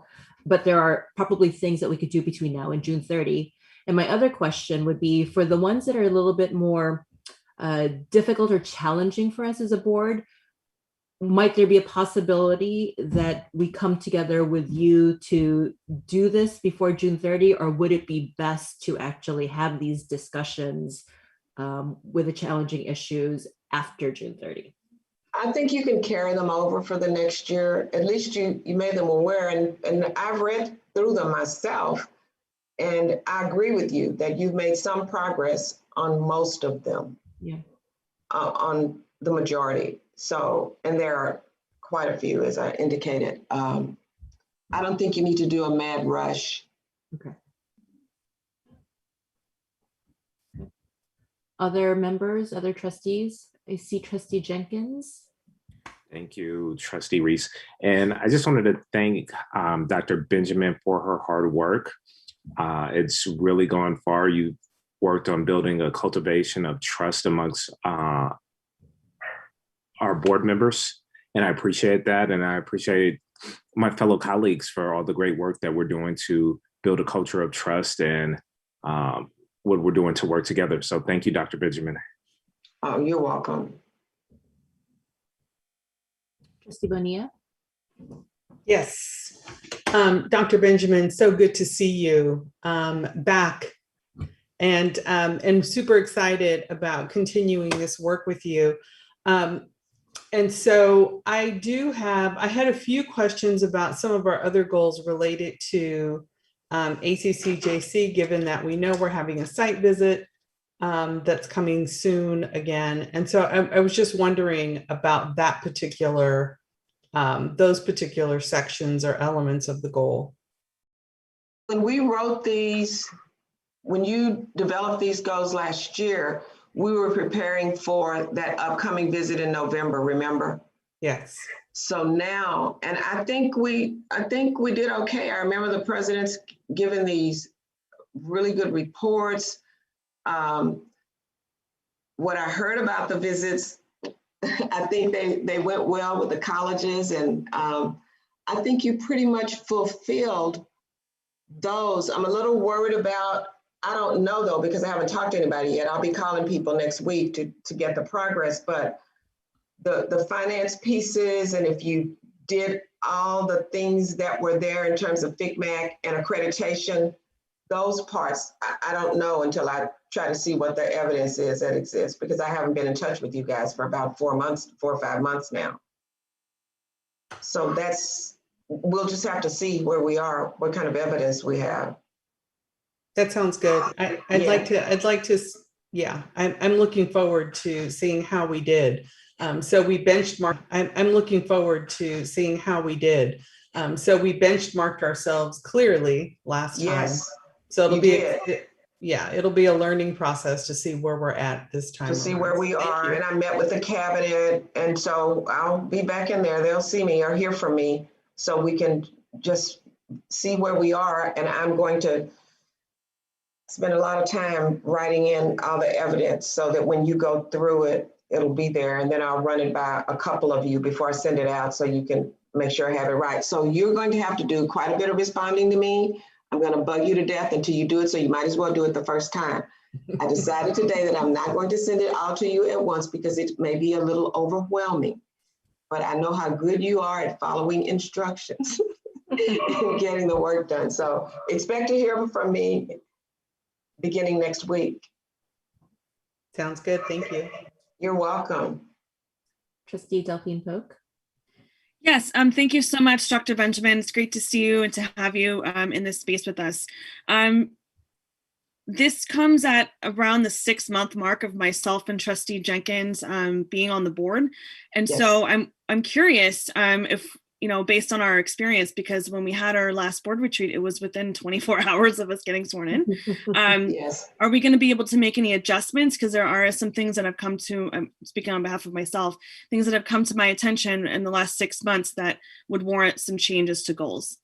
Is there an opportunity to be able to do that? Okay, great. Absolutely. So we're going to look at where you are. When I send you the survey, one of the options you're going to have on the goals is whether you think you've met it already, whether you want to keep it, or whether you've met it. So we'll carry some of them over perhaps, and then some will say, well, they're done, or there may be some you no longer need. And then there will be new ones that'll have to be added. So it'll be a different document. Great, thanks very much. We're using this as the basis, the kind of jumping off point. Because last year we started with nothing already established, but we did a good job of coming up with some things, I think. It'll be easy. You're gonna have fun. Okay. Okay. Thank you. You're welcome. I don't see any other hands up. Am I missing a tile or two? No, I think our trustees are either incredibly tired or they're very happy with your presentation and have no comments, or a little bit of okay. Well, I can say Dr. Benjamin has covered everything. You know, she leaves nothing to question. So all I can say is thank you for your work and thank you for helping us to get this together. Oh, you're welcome. I'm happy to do it, and I'm glad to see that you're making such great progress. And I'd like to welcome Dr. Jackson, congratulate her on being selected. Yeah, absolutely. I'll just ditto my colleagues and welcome you back. I look forward to talking with you about your writing. Yes, you must. Okay, if that's it, I will be, and cabinet members, you'll be hearing from me. I just want you to know, so take my call. Thank you, and I will send the PowerPoint right now to Sasha, and enjoy the rest of your meeting. I'm checking out. Thank you so much, Dr. Benjamin. Okay, thank you for the opportunity. Talk to you soon. Okay. Thanks. All right, trustees, let's move on to the consent calendar. Can I have a motion, please? So moved. Okay. So we have trustee Delphine Polk and then trustee Withrow. Let's do a roll call. Trustee Withrow? Yes. Trustee Jenkins? Yes. Trustee Handy? Yes. Trustee Delphine Polk? Yes. Trustee Bonilla? Yes. Trustee Gonzalez-Ewan? Yes. Trustee Napolia Reese? Yes. Motion passes. Thank you. And then let's return to 6.2, which we took out of consent. And I will hand that over to Chancellor. Yes, I would like for Vice Chancellor of Academic Affairs and Student Success, Dr. Siri Brown, to make a short presentation on the CCSF report. That P2 report is sometimes what it's referred to. So Dr. Brown. For purposes of procedure, Madam President, I'll move this item for consideration. Second. Oh, Thank you. Roll call. Well, and then we were going to get the presentation. I think before we got the presentation, we needed to Absolutely. Thank you. Make a motion on it. Thank you. Thank you, Trustee Ewan. Dr. Brown. Thank you, Chancellor Jackson. Tonight, we ask you to review the P2 report, is commonly called the Apportionment Attendance Report. That's our 320 report. And as a reminder, this report is basically turning in our attendance to the state. It's the contact hours that the students have had of instruction. It also includes the period annualizers and the F factors. And we turn this report in 4 times a year, potentially.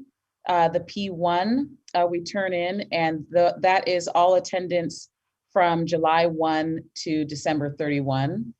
And then the P2, which you're reviewing tonight, which includes all attendance from July 1 through April 15th, and it's due on the 20th.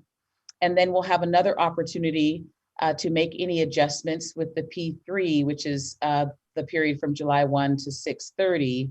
And then there's the recal apportionment report that we also can submit, which is due every October 1st. And so the P2 is an important report because it's what the state uses to project our revenue for the next fiscal year. And so before you see our P2 report, and it is giving you a breakdown of some of the various factors that I talked about, including weekly census, daily census, and non-credit, and you can see our total FTS there that we're reporting for the P2 as 13,079.62 FTEs. And so if there's any questions about it, I'd be happy to take it, but that's just a brief overview. Thank you, Vice Chancellor Siri Brown. The question that I had really was just context in terms of this P2 compared to the P2 of the past couple of years. You know, it allows us to be able to see kind of where we are with our FTES. And as I compared this to the last 2 P2s, and of course I also compared it to the P1s, it was a bit daunting in terms of where we are with our FTES. So just kind of remarks on that, or context, or anything to add. Sure. You know, in the last fall, 2020, I gave a really long, full of data report of where we're at with our enrollment, and the P2 is reflecting that. Peralta, as you know, has had declining enrollment for the past 5 years, but then the pandemic really hit us particularly hard and hit our community particularly hard. However, we're not alone across the state. Where community colleges are predominantly seeing declines that are 11%, 15% from the previous year. And we are also seeing similar numbers. So it is very shocking. It has all of us, the college presidents, the vice presidents, the faculty, as you heard earlier, as well as the district office, focusing on how to turn our enrollment around post-pandemic and preparing a number of activities from marketing to in-reach to outreach to address the declining enrollment. But I agree, it is really daunting. We've never seen numbers like this in the history of Peralta. But I do feel confident that with our heads together, that we're going to be able to turn the tide on our declining enrollment post-pandemic, particularly. This fall, we have more classes that are offered face-to-face, and we're going to ensure that the community knows that. Laney College, for example, about 30% of their classes will be face-to-face. We do know that many students just either can't or don't want to take classes online, and so we'll have more options. And then, of course, depending on how the environment looks in spring, we're looking for a significant increase and have predominantly face-to-face courses. Of course, there's a wait and see on that. But again, we want to make sure that the community knows that we're back, and that's where a lot of the efforts will go. Thank you. Thank you, Dr. Brown. You're welcome. Any other questions? Okay, all right. I think we're ready to take roll call. Trustee Whitgrove. Yes. Trustee Jenkins. Yes. Trustee Handy. Yes.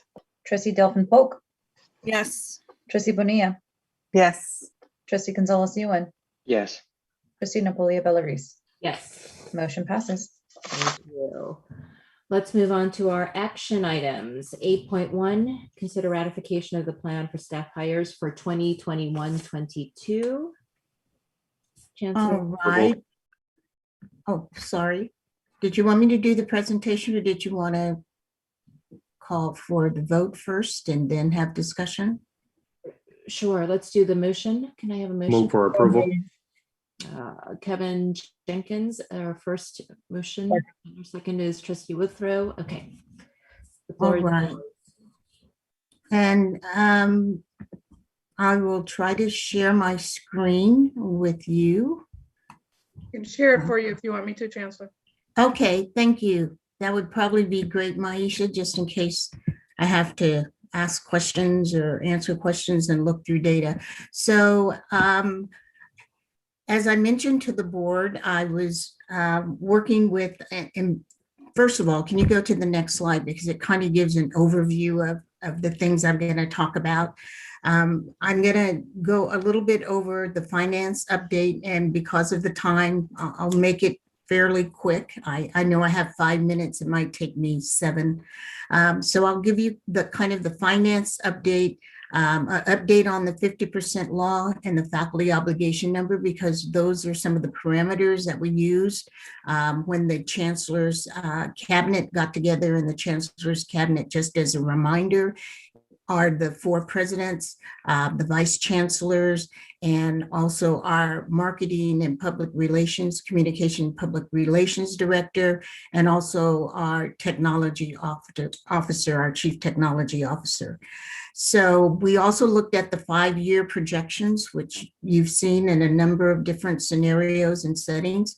We went over the classified faculty administrator hiring prioritizations. We had 3 meetings as late as last week to finalize this, because at first we were just looking at faculty hires, but I really wanted to have a composite picture of all of the hires for this year before I presented them to you. And then we looked at different scenarios, you know, based upon our funding, our projections. Excuse me, there goes my dogs. I apologize for that. And then any recommendations. Next slide. So that you can tell one is little and one is big. So hold on a second and let me close the door.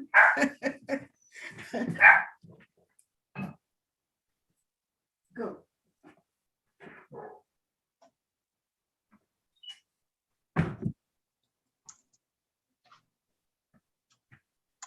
I apologize. I'll try to go even faster now that I've had that little interruption. So the first thing we did was look at our general fund. And at the bottom, I know you can't read all of the detail, but the 16.32% and about a $7 million reserve is what we had. Our fund balance, I should say. Next slide. The other thing we looked at, because people say, well, we had all of this savings, what happened to the money? So when you look at the red, it is not intuitive. The red means those were savings, and the black means that we were either over budget or overspent. And then we broke this down by site, district office, and the 4 colleges. And I'm not trying to point fingers or anything, but it just, because people say, what did you do with the money? So this is what we did with the money, there for everyone to see, and we are going to get better at this. We had discussions about it and that we need to live within our budget. Next slide. The 50% law, that was the other parameter that we looked at. And basically here is what the 50% law says, that 50% of all the dollars that we receive in operating costs should be spent on direct instruction to students. That also, what direct instruction means, or salaries for classroom instructors, also includes part-time faculty that are teaching, as well as classified employees who are instructional aides or provide direct support under the supervision of faculty. Next slide. This is what we use to calculate our 50% law. And you can see that last year, we take a snapshot. Last year, it's usually around October, we were at 50.11%. So we were just barely over the 50% law. So when people say, well, are we going to hire faculty? We have to hire faculty to stay and maintain our 50% ruling. Otherwise, we are penalized, and we are severely penalized for each percentage that we are under the 50% law. And it is directed that it must come out of the general fund. It cannot come out of any grant funds or anything like that. Next slide. The other parameter that we looked at, and I only bring it up because it was mentioned in open session and public comment, is the 75-25 ratio. This is a goal. It is not a mandate. It is not a law. And basically what it says is that we will strive to reach a 75% full-time faculty with a 25% adjunct. And I will show you what that is. And again, this is a snapshot and a projection. It may change as we hire more faculty, but this is what it will look like. Next slide. Currently, right now, if we hire, we're looking at 19, but out of that 19, some of them are what we call on the wrong side, meaning that they are non-instructional. That means they're counselors, nurses, librarians. And so if we look at the 15 faculty hires that we have, and we look at what our projections are with our current adjunct, then we will be at 22.83. Subtract 22.83 from 100%, and that tells you that we are going to be at about 77.17%, which is higher than the statewide average. So we are in compliance with the 75-25 ratio. Next slide. These are scenarios that we looked at. Like I said, we just numbered them, scenario 1 through 4. The first one, and I bolded it because again, I know you can't see the details, is that we were looking at about a 36.18% cut. And that equated to a little over $3.7 million. Scenario number 2, we were looking at 38.82%, and that equated to a savings of $4,500,000. Next slide. Scenario number 3, we were looking, well, what if we were at 42.38%? And that equated to $5.5 million. And the scenario that staff recommended was that we go with scenario number 4, and that was at 49.86. We were trying to get as close to 50%, and that would be a savings of $7.558 million. A lofty goal to try to get in 1 year, but that was what we were looking at as a target to show that we were serious about trying to reduce our costs and reduce our structural deficit. Next slide. So working within those parameters and working as a team with the Chancellor's cabinet, we came up with these recommendations. We wanted to make sure that we stayed within the 50% law. We wanted to make sure that we could work within the budget projections. And we wanted to identify the critical hires that we had to have. So we didn't just go in and say, let's look at our BAM and cut by X amount of percent at each college. We really had a very deep and thorough discussion about what was needed at each college. We worked together as a group collaboratively, and we all take ownership of these recommendations. The other thing is, and this is something that I told the staff, because we do have a lot of vacancies, that if the position, and I use the term, had a body in them as of last October, when we calculated our 50% law to make sure we were in compliance, that they could fill that position. And this is the results. And I won't go through what each college is going to hire in terms of faculty members. And I did break it down by, this is instructional faculty on the left where it just says faculty, and on the other side, the non-instructional. And I did that because this side is always referred to as the wrong side. And this side, the one that says faculty, is always called the right side. So I wanted to flip it around because I don't think either side is right or wrong, but that's what you will hear. And then at the top, I provided a breakdown by campus or by site, because I'd included the district office, and whether it was a faculty position, a classified professional position, or administrative. And so you can see out to the side, we're looking at hiring a total of 19 faculty. We're looking at hiring and really filling positions that were vacant between last October and now, 41 positions that are classified professionals, and we're looking at hiring 9 administrators. And that total of that 100% is 27.5% are faculty. The largest and the bulk of them is 59.4% for classified professionals, and then a 13.1% for our administrators. Next slide. This is the reduction by category. Remember, I told you we were looking at a target of about $7 million, little over $7 million. With the positions that we are hiring, the reduction came to a 4.212939. So a little short of the 7 million by about 3 million. Next slide.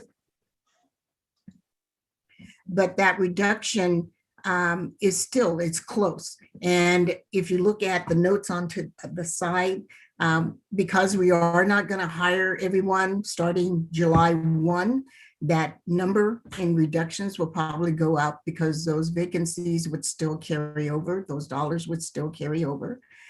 So we think that's going to be higher. That will be higher for next year. It will not be the same for the following or subsequent years, because we will have those individuals on, hopefully that will be here for a long time.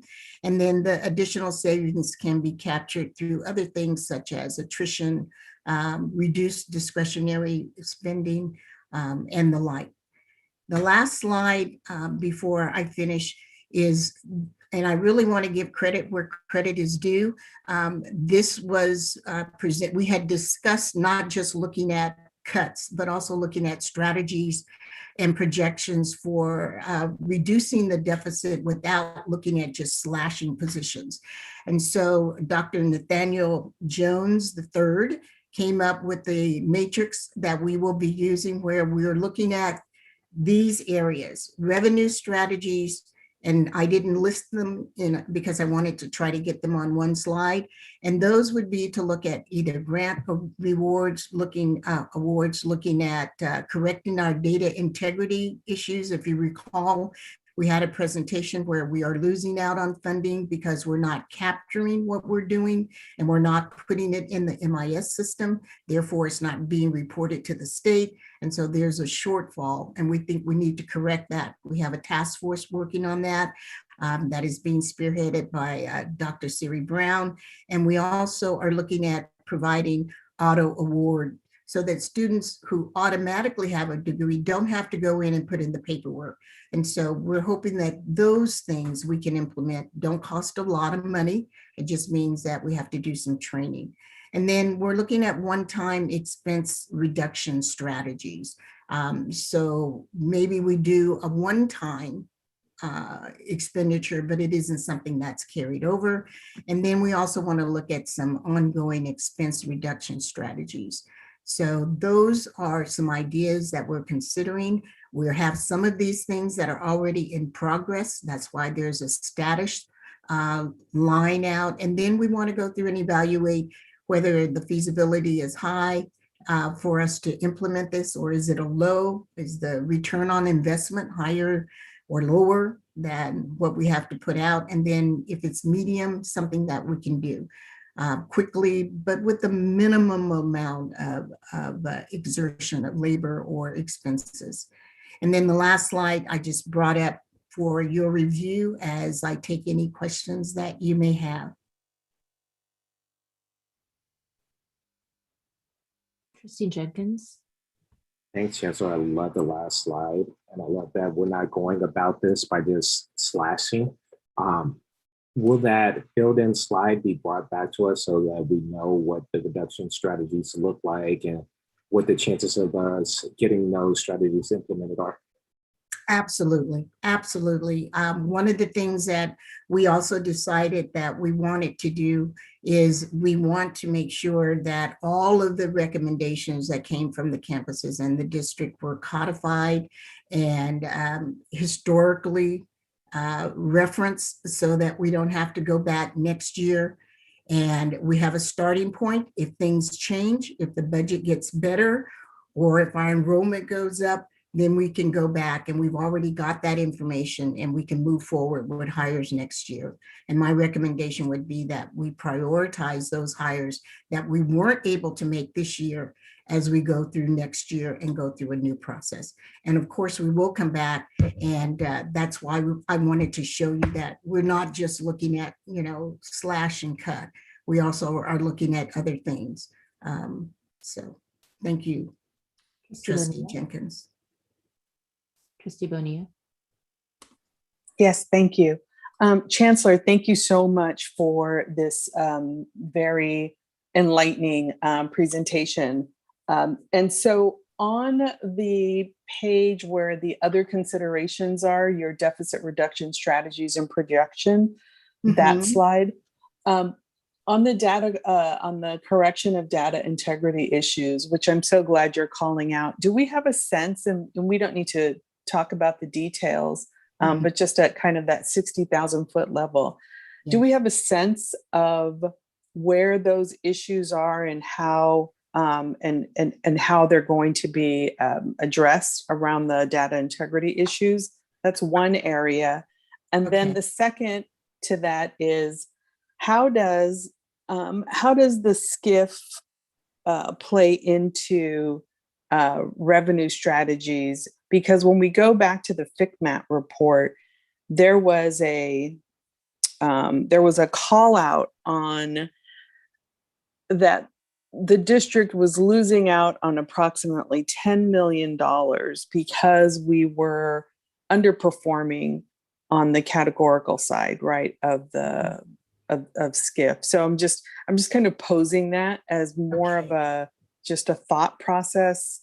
And if you all have thought about that, and if it's appropriate for tonight, that's great. If not, as a I have been follow-up. calling on Dr. Brown twice tonight, and the third time is a charm.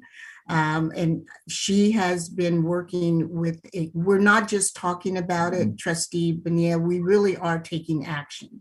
I'll let Siri talk about it because she's been working with a great group of classified professionals and managers within the district to go back and identify where those shortfalls are. And we have an action plan, and that team is going to be moving forward. So Siri, could you just a short, brief update on that?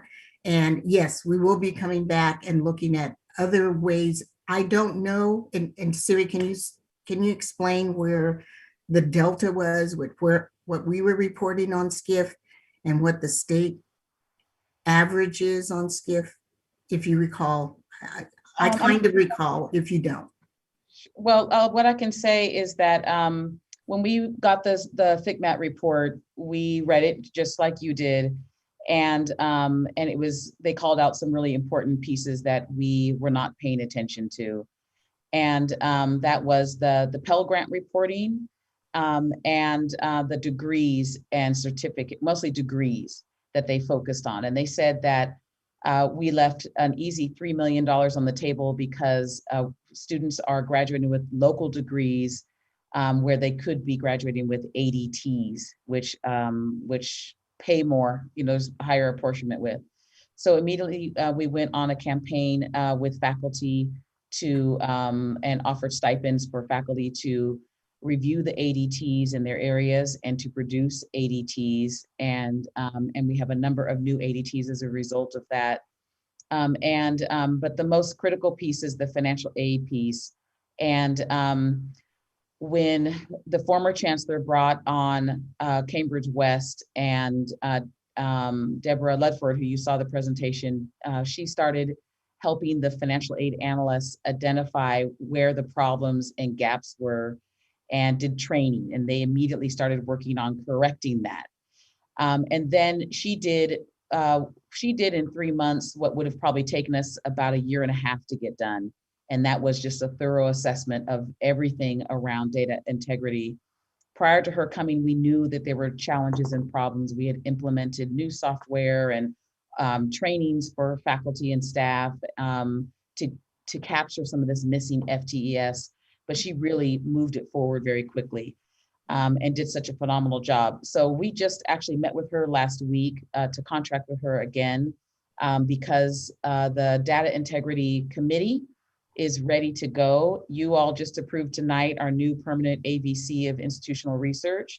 And Dr. Herrera knows this is his number one task is to lead that committee and to start at the areas where the revenue is the highest and then work down from there. So beginning fall semester, we'll be doing a series of very intensive hands-on training around data input for staff, particularly staff at the colleges, and implement all of her recommendations so that we can expect to see an immediate change in our 320 reporting, at least by this time next year. And we'll be able to bring forward the changes and the increases in the SCIF areas to you. Hopefully that covered the question. Thank you. I think Trustee Gonzalez-Ewing. Thank you. Thank you for the report. God, I've got so many questions, and I know you said, like, we'll fit this into 5 minutes, and it's like, no. My part is over with. No. Questions don't count. No, I mean, this is an area that we really can't shortchange, and that's sort of I think your point and the reason you pulled it out. Here's what I'm thinking, from board perspective, we're trying to do planning, we're trying to do budget planning and staffing. And so you're bringing forward a plan, you say, look, here are the expenses.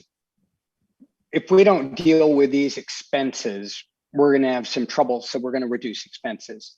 But part of your plan then also says, and if we spend money in these areas, we can expect revenue enhancement. Now, in some areas, it's really straightforward to calculate the revenue enhancement. For example, if you hire a faculty member, you can project productivity of that faculty member, how many students they're going to bring, and then the FTES generation. You can begin to generate some data around the other SCIF measures. That's harder because it's newer for us. We're not as good at that. And so we're not as good at projecting. When we hire a faculty member in cosmetology or whatever it is, it'll help us fill this SCIF category, et cetera. Ditto on some of the administrative hires. And so you've got some proposals. You say, look, if we follow this recommendation, FCMAT, we can capture this data point. And Trustee Bonilla, I really appreciated your raising that up. Like we've got some recommendations that we're not catching these funds. What I would like to see, and I don't know whether my board colleagues are interested in this as well, but it seems to me that if we're going to do the planning and do staffing based on budget projections, that part of what we should be doing is projecting, well, what's the revenue expectation? We're saying, well, we're going to hit 50% mark, we're going to hit, 75% mark, et cetera, et cetera. But part of our measures are revenue. And so when we say we're going to fill this position, we're going to start doing data integrity, it seems to me that there should be a projection of the dollars that should be saved and or generated. And if we don't do that, we don't have a way of measuring when we come back through to do the follow-up in terms of the policy analysis. We set policy, we set direction, we adopt these plans with the expectation that it's going to balance a certain kind of budget, but the whole revenue side then becomes kind of mushy. And we don't have a way of coming back and saying, well, we spent $200,000 on this particular expenditure with the expectation it would fill this gap. Now, did it in fact fill that gap? And because we don't have that projection on the plan yet, I'll just say yet, because I'm sure, Chancellor, it's on your mind. You're like a policy wonk. If we don't have that projection, we don't have a way to come back and measure it. And so the request that I would have is do the 360 so that, one, we're not doing this year by year. I know you don't want to do it year by year. You want a bigger staffing plan that really takes in the 5-year and the SCIF cliff and all that. But two, projects the revenue savings and generation so that year by year, we can then not only look at our productivity and our FTES and our degree, but then also tie it to the particular investments that we're making in the staffing. Thank you. That's my thoughts. And thank you for the start on a smart plan. I look forward to more. All right. Can we go to the very last slide, Maisha? Because I think that will, so I want to publicly thank Interim Vice Chancellor Adil Ahmed and Dr. Marla Williams-Powell, who is the Interim Executive Director of Fiscal Services. And you are absolutely right, Trustee Gonzalez-Ewing. These two individuals, I can't even tell you how much time they spent putting together these scenarios, these tables, the pivot tables, populating them with data. All of that was done by hand. So you're right. The piece that is missing is the PeopleSoft implementation, the full implementation of PeopleSoft, not only on the HR side, but also on the financial side, because we can't give you that right now because of the amount of time it would take to actually generate a report. And then someone else would have to generate it by hand. So you're right, we will go back. We're looking at the implementation for this fall for the financial module. And we should be able to provide that type of data by running reports, working with Dr. Brown's office on the IR side, looking at the campuses on the hires, looking at the parcel tax, all of those things that we presented tonight, we're generating because we don't have the management information tools by which to generate decision-making data. So we're getting there.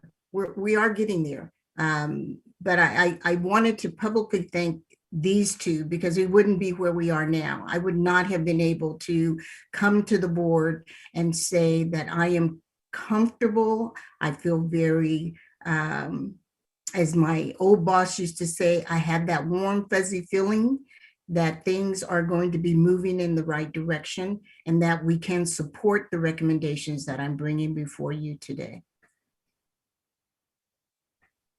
Thank you, Chancellor.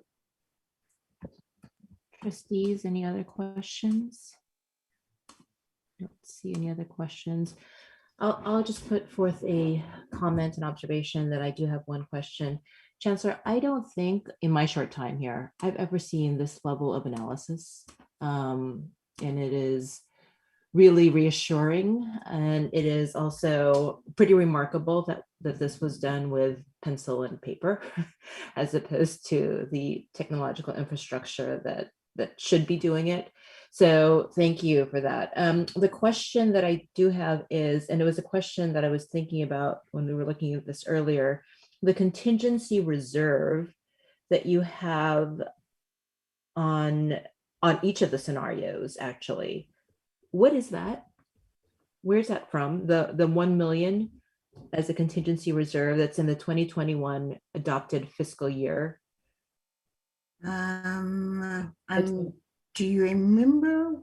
So you'll find it on pages on all of the scenarios. It's on each of the scenarios on the very right above total expenses in. I'm looking and my eyes are so tired and my slides are so small. I'd have to bring it up. Adil, are you on the line still? Yes, Chancellor, I'm here and I can respond to that. Thank you. In 2020, 2021, we built a contingency reserve of over $1 million. And that contingency reserve helped us to allocate to the district or the colleges in case we have an expenditure that comes that we didn't budget it. So if we don't spend it, it go back to the fund balance. If there is a need be because there is unexpected expenses that come, then we offset what we pay with those contingency reserves. 2021, we had that reserve. Moving forward, we don't have any more contingency reserve because we cannot do that anymore because we don't have enough funds to allocate for the contingency reserve. The reason we're doing this is that you always doesn't want to go back to the board. So you set up something in case you need this money to allocate for the college, like for the utilities. If we underestimated and the utilities is more higher than what we budgeted, then you use this contingency reserve. If you don't need it, the contingency reserve go back to the fund balance. I don't know if I was clear, but that's the reason we're using the contingency reserve. Yes, it was clear. And then secondly, we don't have any audit adjustments, right? At this particular point, since we filed the audit this year, we are happy to say that there were no finding. Wow. Yeah, we didn't have any audit adjustment. We didn't have any audit adjustment, President Reese. Okay, that's wonderful to hear and pretty remarkable. Okay, those are my two questions. Do we have any other questions from the trustees? Okay, if I'm not missing a hand, I believe now we can do roll call. Trustee Withrow.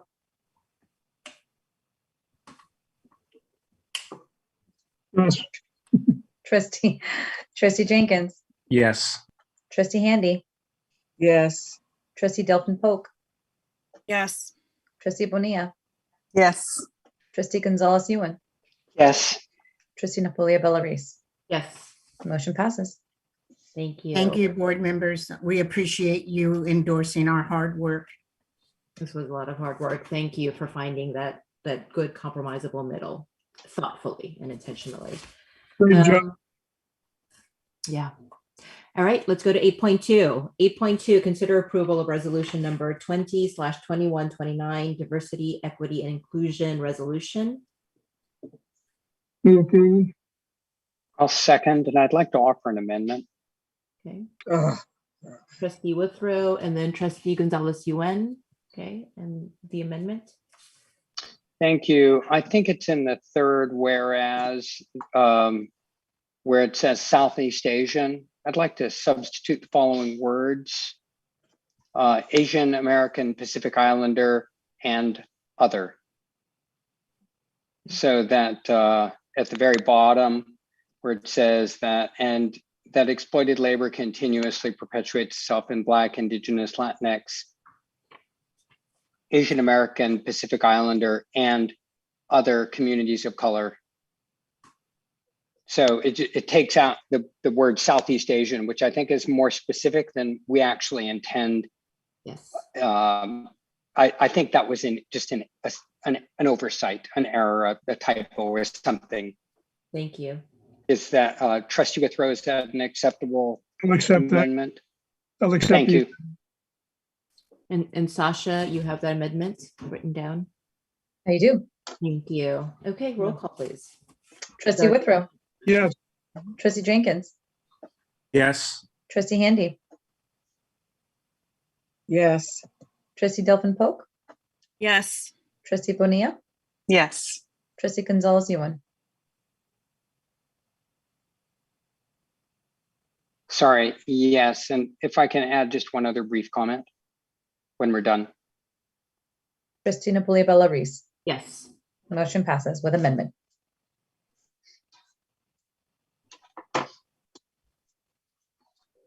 If I might be briefly recognized, President. Yes, go ahead, Trustee. Thank you.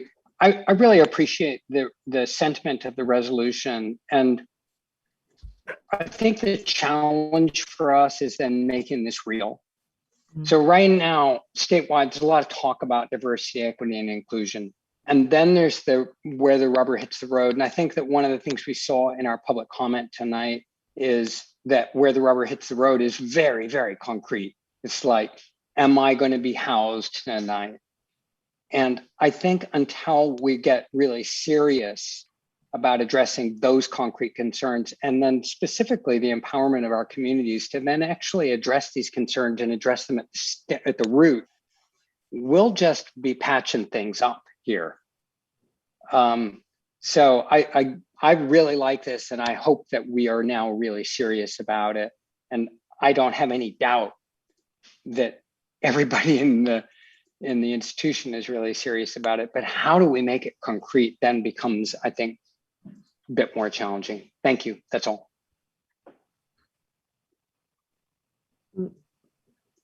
May I make one more comment? I know it's a little bit out of order. One of the things with Trustee Gonzalez-Yuen that many of the statewide efforts have done, and the trustees are involved in this, is creating, not that I want to create another committee, a trustee committee, but a DEI, maybe more collaborative committee, so that we take the intent of this and figure out strategically how to move it forward, either from the particular positionality of the trustees or in collaboration with our chancellor, and to move it forward.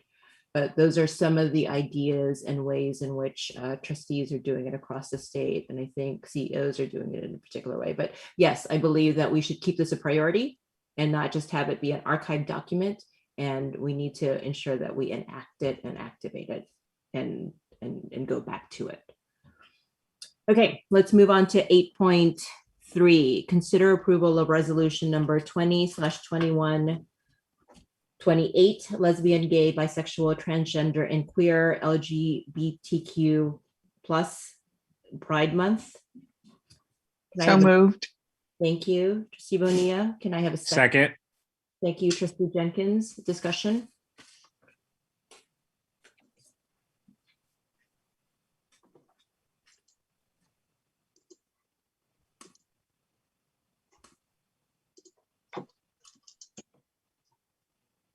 If there is no discussion, let's do roll call.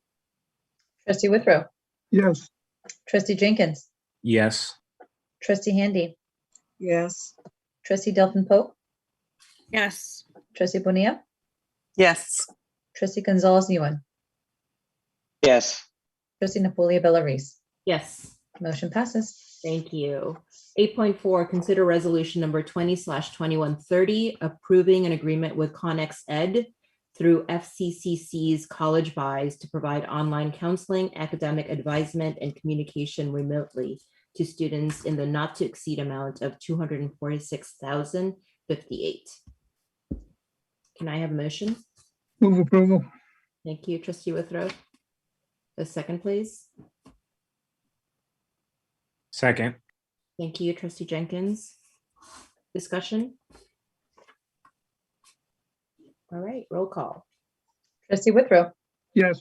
Trustee Jenkins, Yes. Trustee Handy, Yes. Trustee Delphine Pope, Yes. Trustee Bonilla, Yes. Trustee Gonzalez Yuan, Yes. Trustee Napolia Bellaris. Yes. Motion passes. Thank you. 8.5, consider approval of a construction agreement with Item Group Incorporated, DBA Item AV Technology, in the amount of $737,882.74 for the installation of the audio-visual systems at COA, New Center for Liberal Arts Building. I'd like to move 8.5, 8.6, and 8.7 together. Second. Discussion. Okay, let's do roll call, please. Trustee Withrow, Yes. Trustee Jenkins, Yes. Trustee Handy, Yes. Trustee Delphine Pope, Yes. Trustee Bonilla, Yes. Trustee Gonzalez Yuan, Yes, with the question, when are we having an opening? I was going to ask, once the vote was taken, if I could defer to IVC Atiyah Smith, if she could just give just a quick overview of this. We wanted. Sorry, didn't mean to interrupt the voting. I'm sorry, It's Cindy. okay. I wanted to address your question, but after we vote, I will defer and let her make a short presentation. Trustee Napolia Bellaris. Yes, we seem to be all over the place tonight, regardless. Go Motion ahead. passes.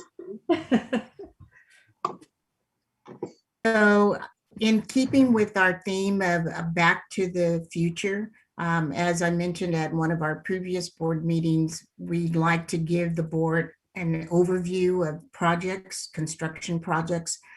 We used to do that as just a matter of, we always did.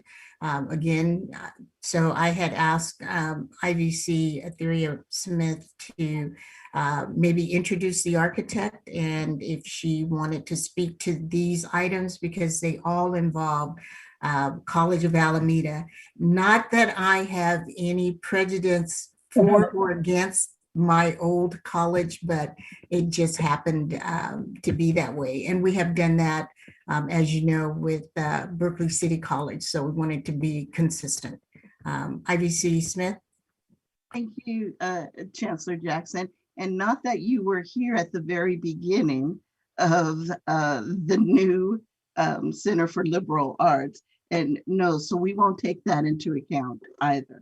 But Trustee Ewing, just to answer your question, we had a visual opening where we had the video of the new Center for Liberal Arts. However, because of the tier going away, we're looking for possibly fall another opening. But I'd like to really address the work that still needs to be done, the last pieces that need to be done in the new Center for Liberal Arts, of putting the AV, installing that into the building. So once we get through our last installations, once we get through the notice of completions, then we can schedule an opening and meet in person. I just want an excuse for a community party. And Trustee Withrow said he was buying all the drinks on the island. I like that. Thank you. Now I would like to talk a little bit about College of Alameda, the aviation project. Early in September 2020, DGS got a notification from the state chancellor's office that they wanted to do a economic stimulus and they wanted to move some of the projects forward. And they said, can you move this quickly as possible? That call introduced the opportunity for us to move this project up a full year. So thanks to AECOM, thanks to everyone we really moved and tried to get this moving as quickly as possible to meet state deadlines, to get this to the board, to begin this project. We have the architects here tonight. I'd like to ask AECOM to comment again on our process that we went through, how inclusive it was with the college and its stakeholders. And also there is a small presentation from the selected architects. So I'll turn it over to Keith Kajia from AECOM. Okay, thanks IVC Smith. Good evening, everyone. Pleasure to see everyone again. This is an exciting moment because it represents the first procurement we did under our architectural services bench contract. You may recall approving the list of pre-qualified architects and different pools of services. This is the first procurement we've done under that. Great timing to kind of align with the state funding schedule that we were fortunate to get as well. So we've actually did a pretty simple RFP format. And this evening, we're excited to bring on HMC as the architect for this project, one of the first ones under this bench. You'll be seeing a number of other bench contracts coming forth to the board shortly as well, as we really start to ramp up the capital program over the summer so we can really start driving work hard in the field. So with that, let me turn it over to Joseph from HMC, give you a little bit of an overview of their team and some of the exciting things that they have planned for the Aviation Phase 2 project. Joseph?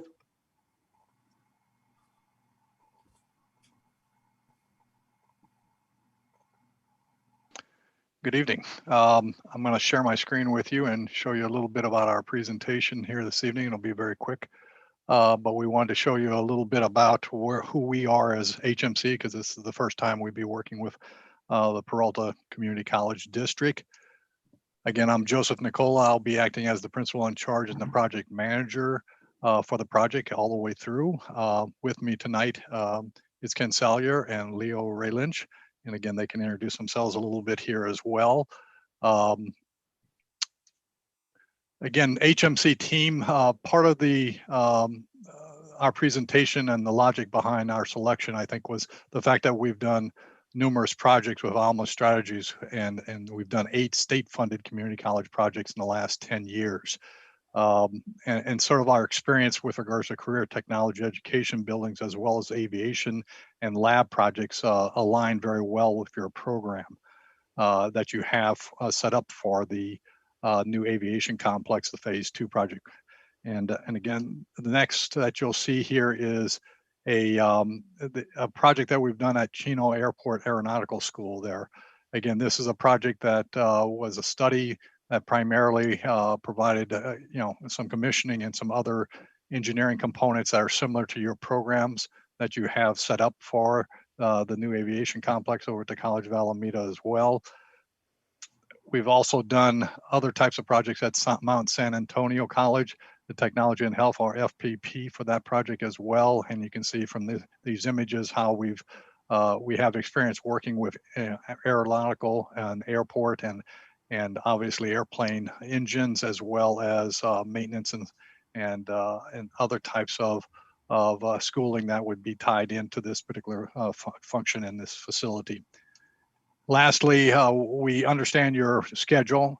Again, we understand you want us to kick off fairly quickly here, starting up in June. We know that we've got about a 15-20 day period of time where we're going to confirm and validate the project program from the FPP. We also know that we'll roll right into schematic design. At the end of the schematic, we look forward to meeting with DSA and a pre-app meeting so we can get in front of them with the type of building that we'd be proposing. Then we know we also have, at the end of the design development phase, and talking to AECOM and their people, the Board of Trustees, we come back to you with a design presentation at that point and present the overall project and also confirm the budget, what we've got listed out at 17.1 million at this point. Then we'll roll into what is construction document phase at that time, and that's normally about a 4 or 5 month period of time. And the anticipation is that we submit our documentation at the beginning of March of 2022.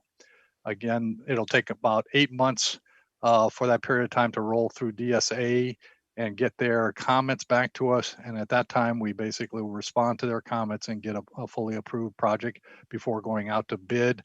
And we anticipate that to be in the late fall, November of 2022, and then approximately a 4 month period of time with the anticipation of starting up construction in March of 2023. The schedule calls out for about 52 weeks at this point right now, which would lead us to March of 2024, and then primarily the closeout phases of DSA sign off would be another 3 or 4 months after that.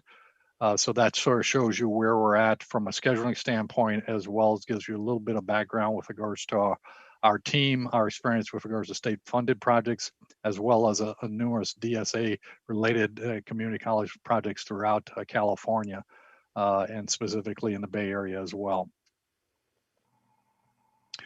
And thank you very much for the presentation, and like I say, the anticipation and working with your group for the board, as well as for the Peralta School District itself. Great, thank you, Joseph. I wanted to go back for a second because when we began this presentation, it said phase 2. I wanted to just remind everyone that there is an ongoing phase 1 currently at the College of Alameda Aviation, and that is a $6 million renovation that's occurring in Hangar B. It's an interior renovation, and it is funded by the EDA and our local bond. So there will be a $23 million upgrade out at the College of Alameda Aviation. So I just wanted to tie those phase 1 and phase 2 together. Yeah, and what I'm showing on the screen now is the existing Hangar B that will be part of the renovation of the phase 1 that Atiyah is referring to. I think one other thing, Joseph, is that your commitment to small local businesses and meeting our small local business participation goal, in fact, it's exceeding the 25% small local business participation goal in your contract. Thank you. And to the point that was mentioned earlier, this building has, if you look at the pictures that are going before you, has not been renovated since it was first established. And we are Peralta Community College District, College of Alameda is the only aviation maintenance program in the East Bay. San Francisco City College dropped this program back in 2014, I believe. So this is also one with this renovation and the increased capacity for students, so that it doesn't look like a old military hangar building. Yep. It will hopefully draw more attention and increase enrollment in this area, because we are the only one, and it is extremely expensive to go to a private school to get your maintenance in aviation. So thank you all. And thank you for your patience, Keith, as well as Joseph and your team at HMC. We appreciate it. Yes, thank you very much for welcoming us to this evening.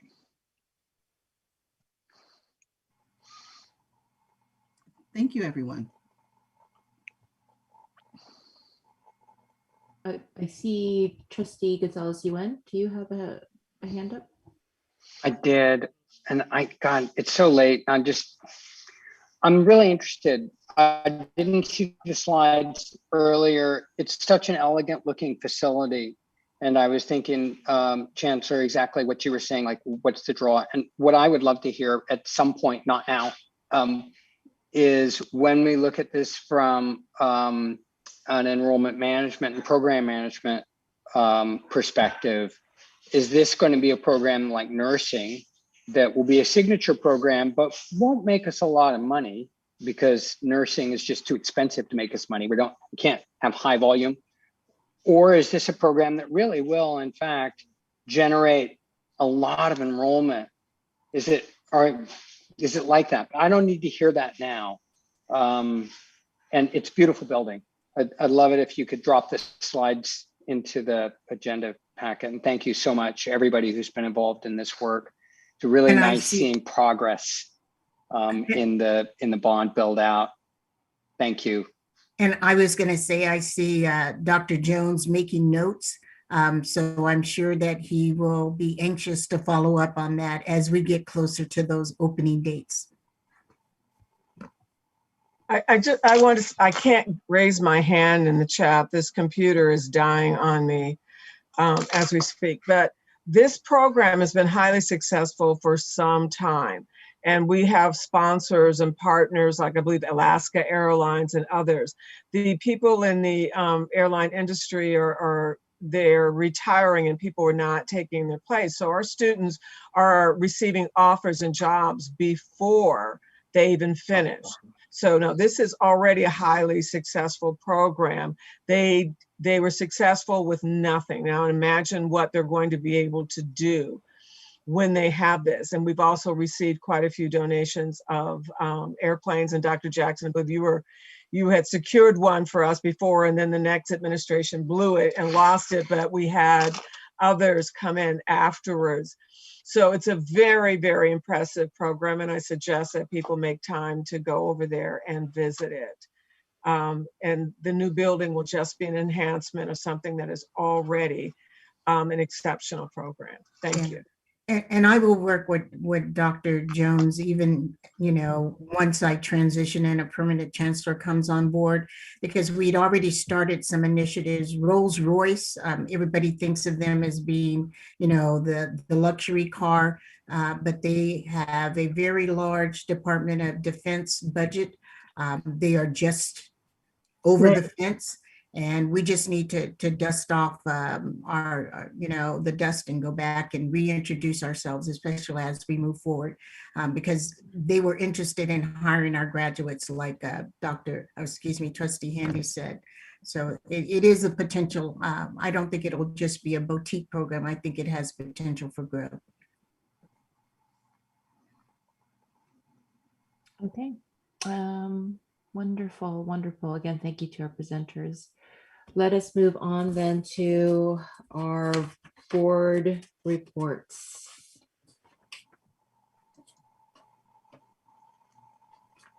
Trustee Jenkins? Pass. Okay. Trustee Delphine Polk?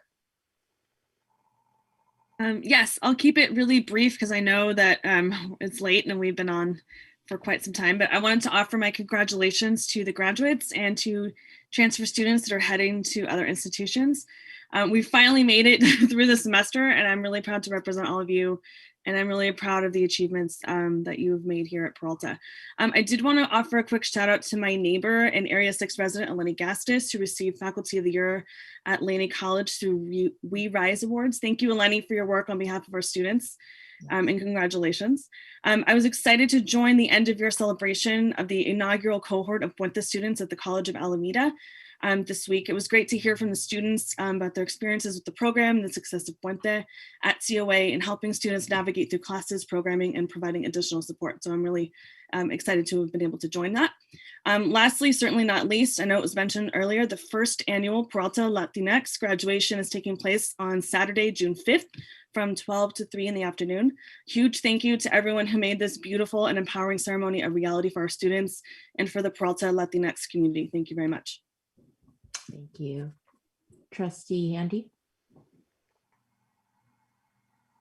I just want to say a thank you to all of the faculty and staff members that came together to put together the 13th annual African and African American graduation ceremony that was held this Saturday. From starting this program many, many years ago at a church, at the time my 12-and-a-half-year-old granddaughter was months old in a chair. Dr. Anita Black, who's no longer with us, Dr. Love, so many people who have moved on and passed on were instrumental in starting this. And one of our first graduations, we had 200 graduates there. And I believe we had the same amount on Saturday. They did an incredible job. It was virtual. And when I saw that they incorporated the previous habit where every student would come through and they would say whose shoulders they stood on. Sometimes it's a faculty member, sometimes it's a high school teacher or family members. But they took the picture of each student and the students' words of whose shoulders they stood on to reach their goal for graduation. So it was amazing. I keep having pictures pop up on my feed because it's that time of year from 5 years ago and 9 years and 10 years ago.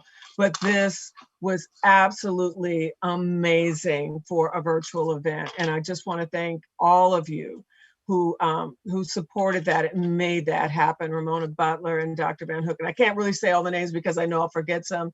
And even Dr. Evelyn Wesley was there to give a message as well. And of course, Dr. David Johnson.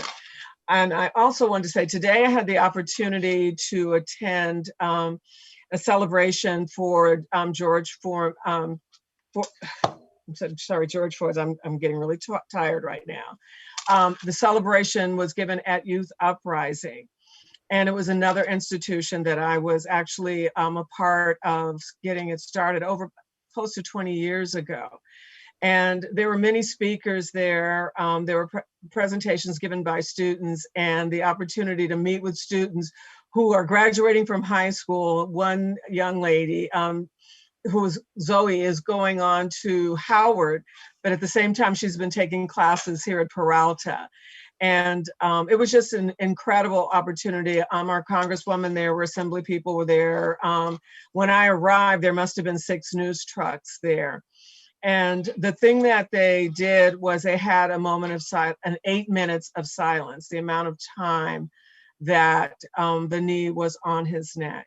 And to stand there in silence for 8 minutes and wondering when this is going to be over, thinking of the person who had someone who was choking his life away, is something that really makes you understand the enormity of the task that we all have before us to eradicate racism within our police forces, within our institutions, and to preserve people's lives. So I want to give a shout out to the NAACP and Youth Uprising for this incredible event that they gave today, and for the community that supports it. So that's all I have to. Oh, and then I got to leave there and go to a prayer. And again, our meal distribution still continues. So thank you all. Thank you, Trustee Handy. Trustee Withrow. Just a comment that this has been a very, just a good meeting. There's a lot of richness to it, and I really appreciate it. Thank you. Thank you, Trustee Withrow. Trustee Bonilla. Yes, good evening. I also want to just take a couple of minutes to honor and congratulate all the graduates, all the student graduates. What an exciting time of the year for transition and for movement into the next phase of their lives. So congratulations. And I also want to equally thank all of the staff, faculty, administrators, who all make it happen at Peralta every day, all day, for the students. So congratulations to everyone, and just wishing you all great blessings. Thank you. Trustee Gonzalez-Yuen. Thank you. I want to echo the congratulations and thanks. One of our presidents spoke really movingly about the challenges of being an administrator and kind of dealing with the attacks and suspicions. And I think people don't work in this district because it's the easiest place in the world to work. I think people work here because they're really dedicated to our students in our community. And when we have graduations and we can see the concrete results from some of that work, it's really an inspiration. And as a trustee, I feel very indebted to the many fine people who work here and the many students who choose to come and get their educations here and lift up themselves and their communities. So thank you so much for all of your work. And if you feel overlooked or underappreciated, I'm so sorry. And I hope we will do a better job at raising you up so that you know that you shine. Thank you. Thank you, Trustee Gonzalez-Yuen. And I'll just say quickly to, again, echo the sentiments of my colleagues. Graduation is so incredibly exciting, but at the same time, it's so difficult to be excited about it when we're just doing it over Zoom. But it's so exciting. And it is the tangible culmination coming to be of the incredible work that our students have done in this most challenging year. But it takes a village, right? It is also a demonstration of the work that our faculty, that our classified staff, our administrators who have supported those students all along. So there is not one individual that has not helped our students get to this particular point. And it's just a tremendous occasion. And so I just want to put forth another tremendous shout out to the work that each and every one of you has done in getting our students to this particular point at this time. All right, that is it for our trustee reports. Let's go to our announcements, Vice President. Thank you. Please join us this Thursday, May 27th, for the Chancellor candidate forums. And thanks to all the people who've worked really hard in getting us to that, featuring 3 finalists for the Peralta Community College District Chancellor. Forums are organized and moderated by Dr. Richard Woosty and Dr. Kim Bobby of AGB Search.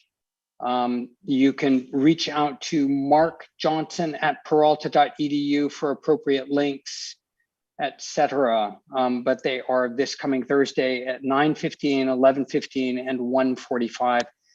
We welcome and encourage your participation and welcome your feedback as we consider this most important decision. This week is finals week. So best wishes to students on your final exams, papers, and other summative work. And good luck to the faculty who then have to grade all that and get grades in so we can report those. Commencement for each college takes place this Friday, May 28th. Congratulations, graduates. Join us on the Peralta College's YouTube channel for each of the virtual graduation ceremonies. The district and college offices will be closed on Monday, May 31st in observance of Memorial Day. Peralta, in partnership with Alameda County Public Health Department, is offering free COVID vaccinations. Get your jab. On Monday, June 7th at Laney College. You can visit the Peralta website for details. Summer semester begins June 14th and enrollment is open now. Spring into summer classes. Oh gosh, that's so corny. Did I say that? Spring into summer classes with Peralta Colleges. Shame on you, Mark Johnson, for making me read that. The next board meeting is on June 8th, 2021. And I would like to ask that the board close in memory of George Floyd. Say his name. He was a father, a brother, a son, a human being, and in memory of the countless other Black and brown victims of police violence.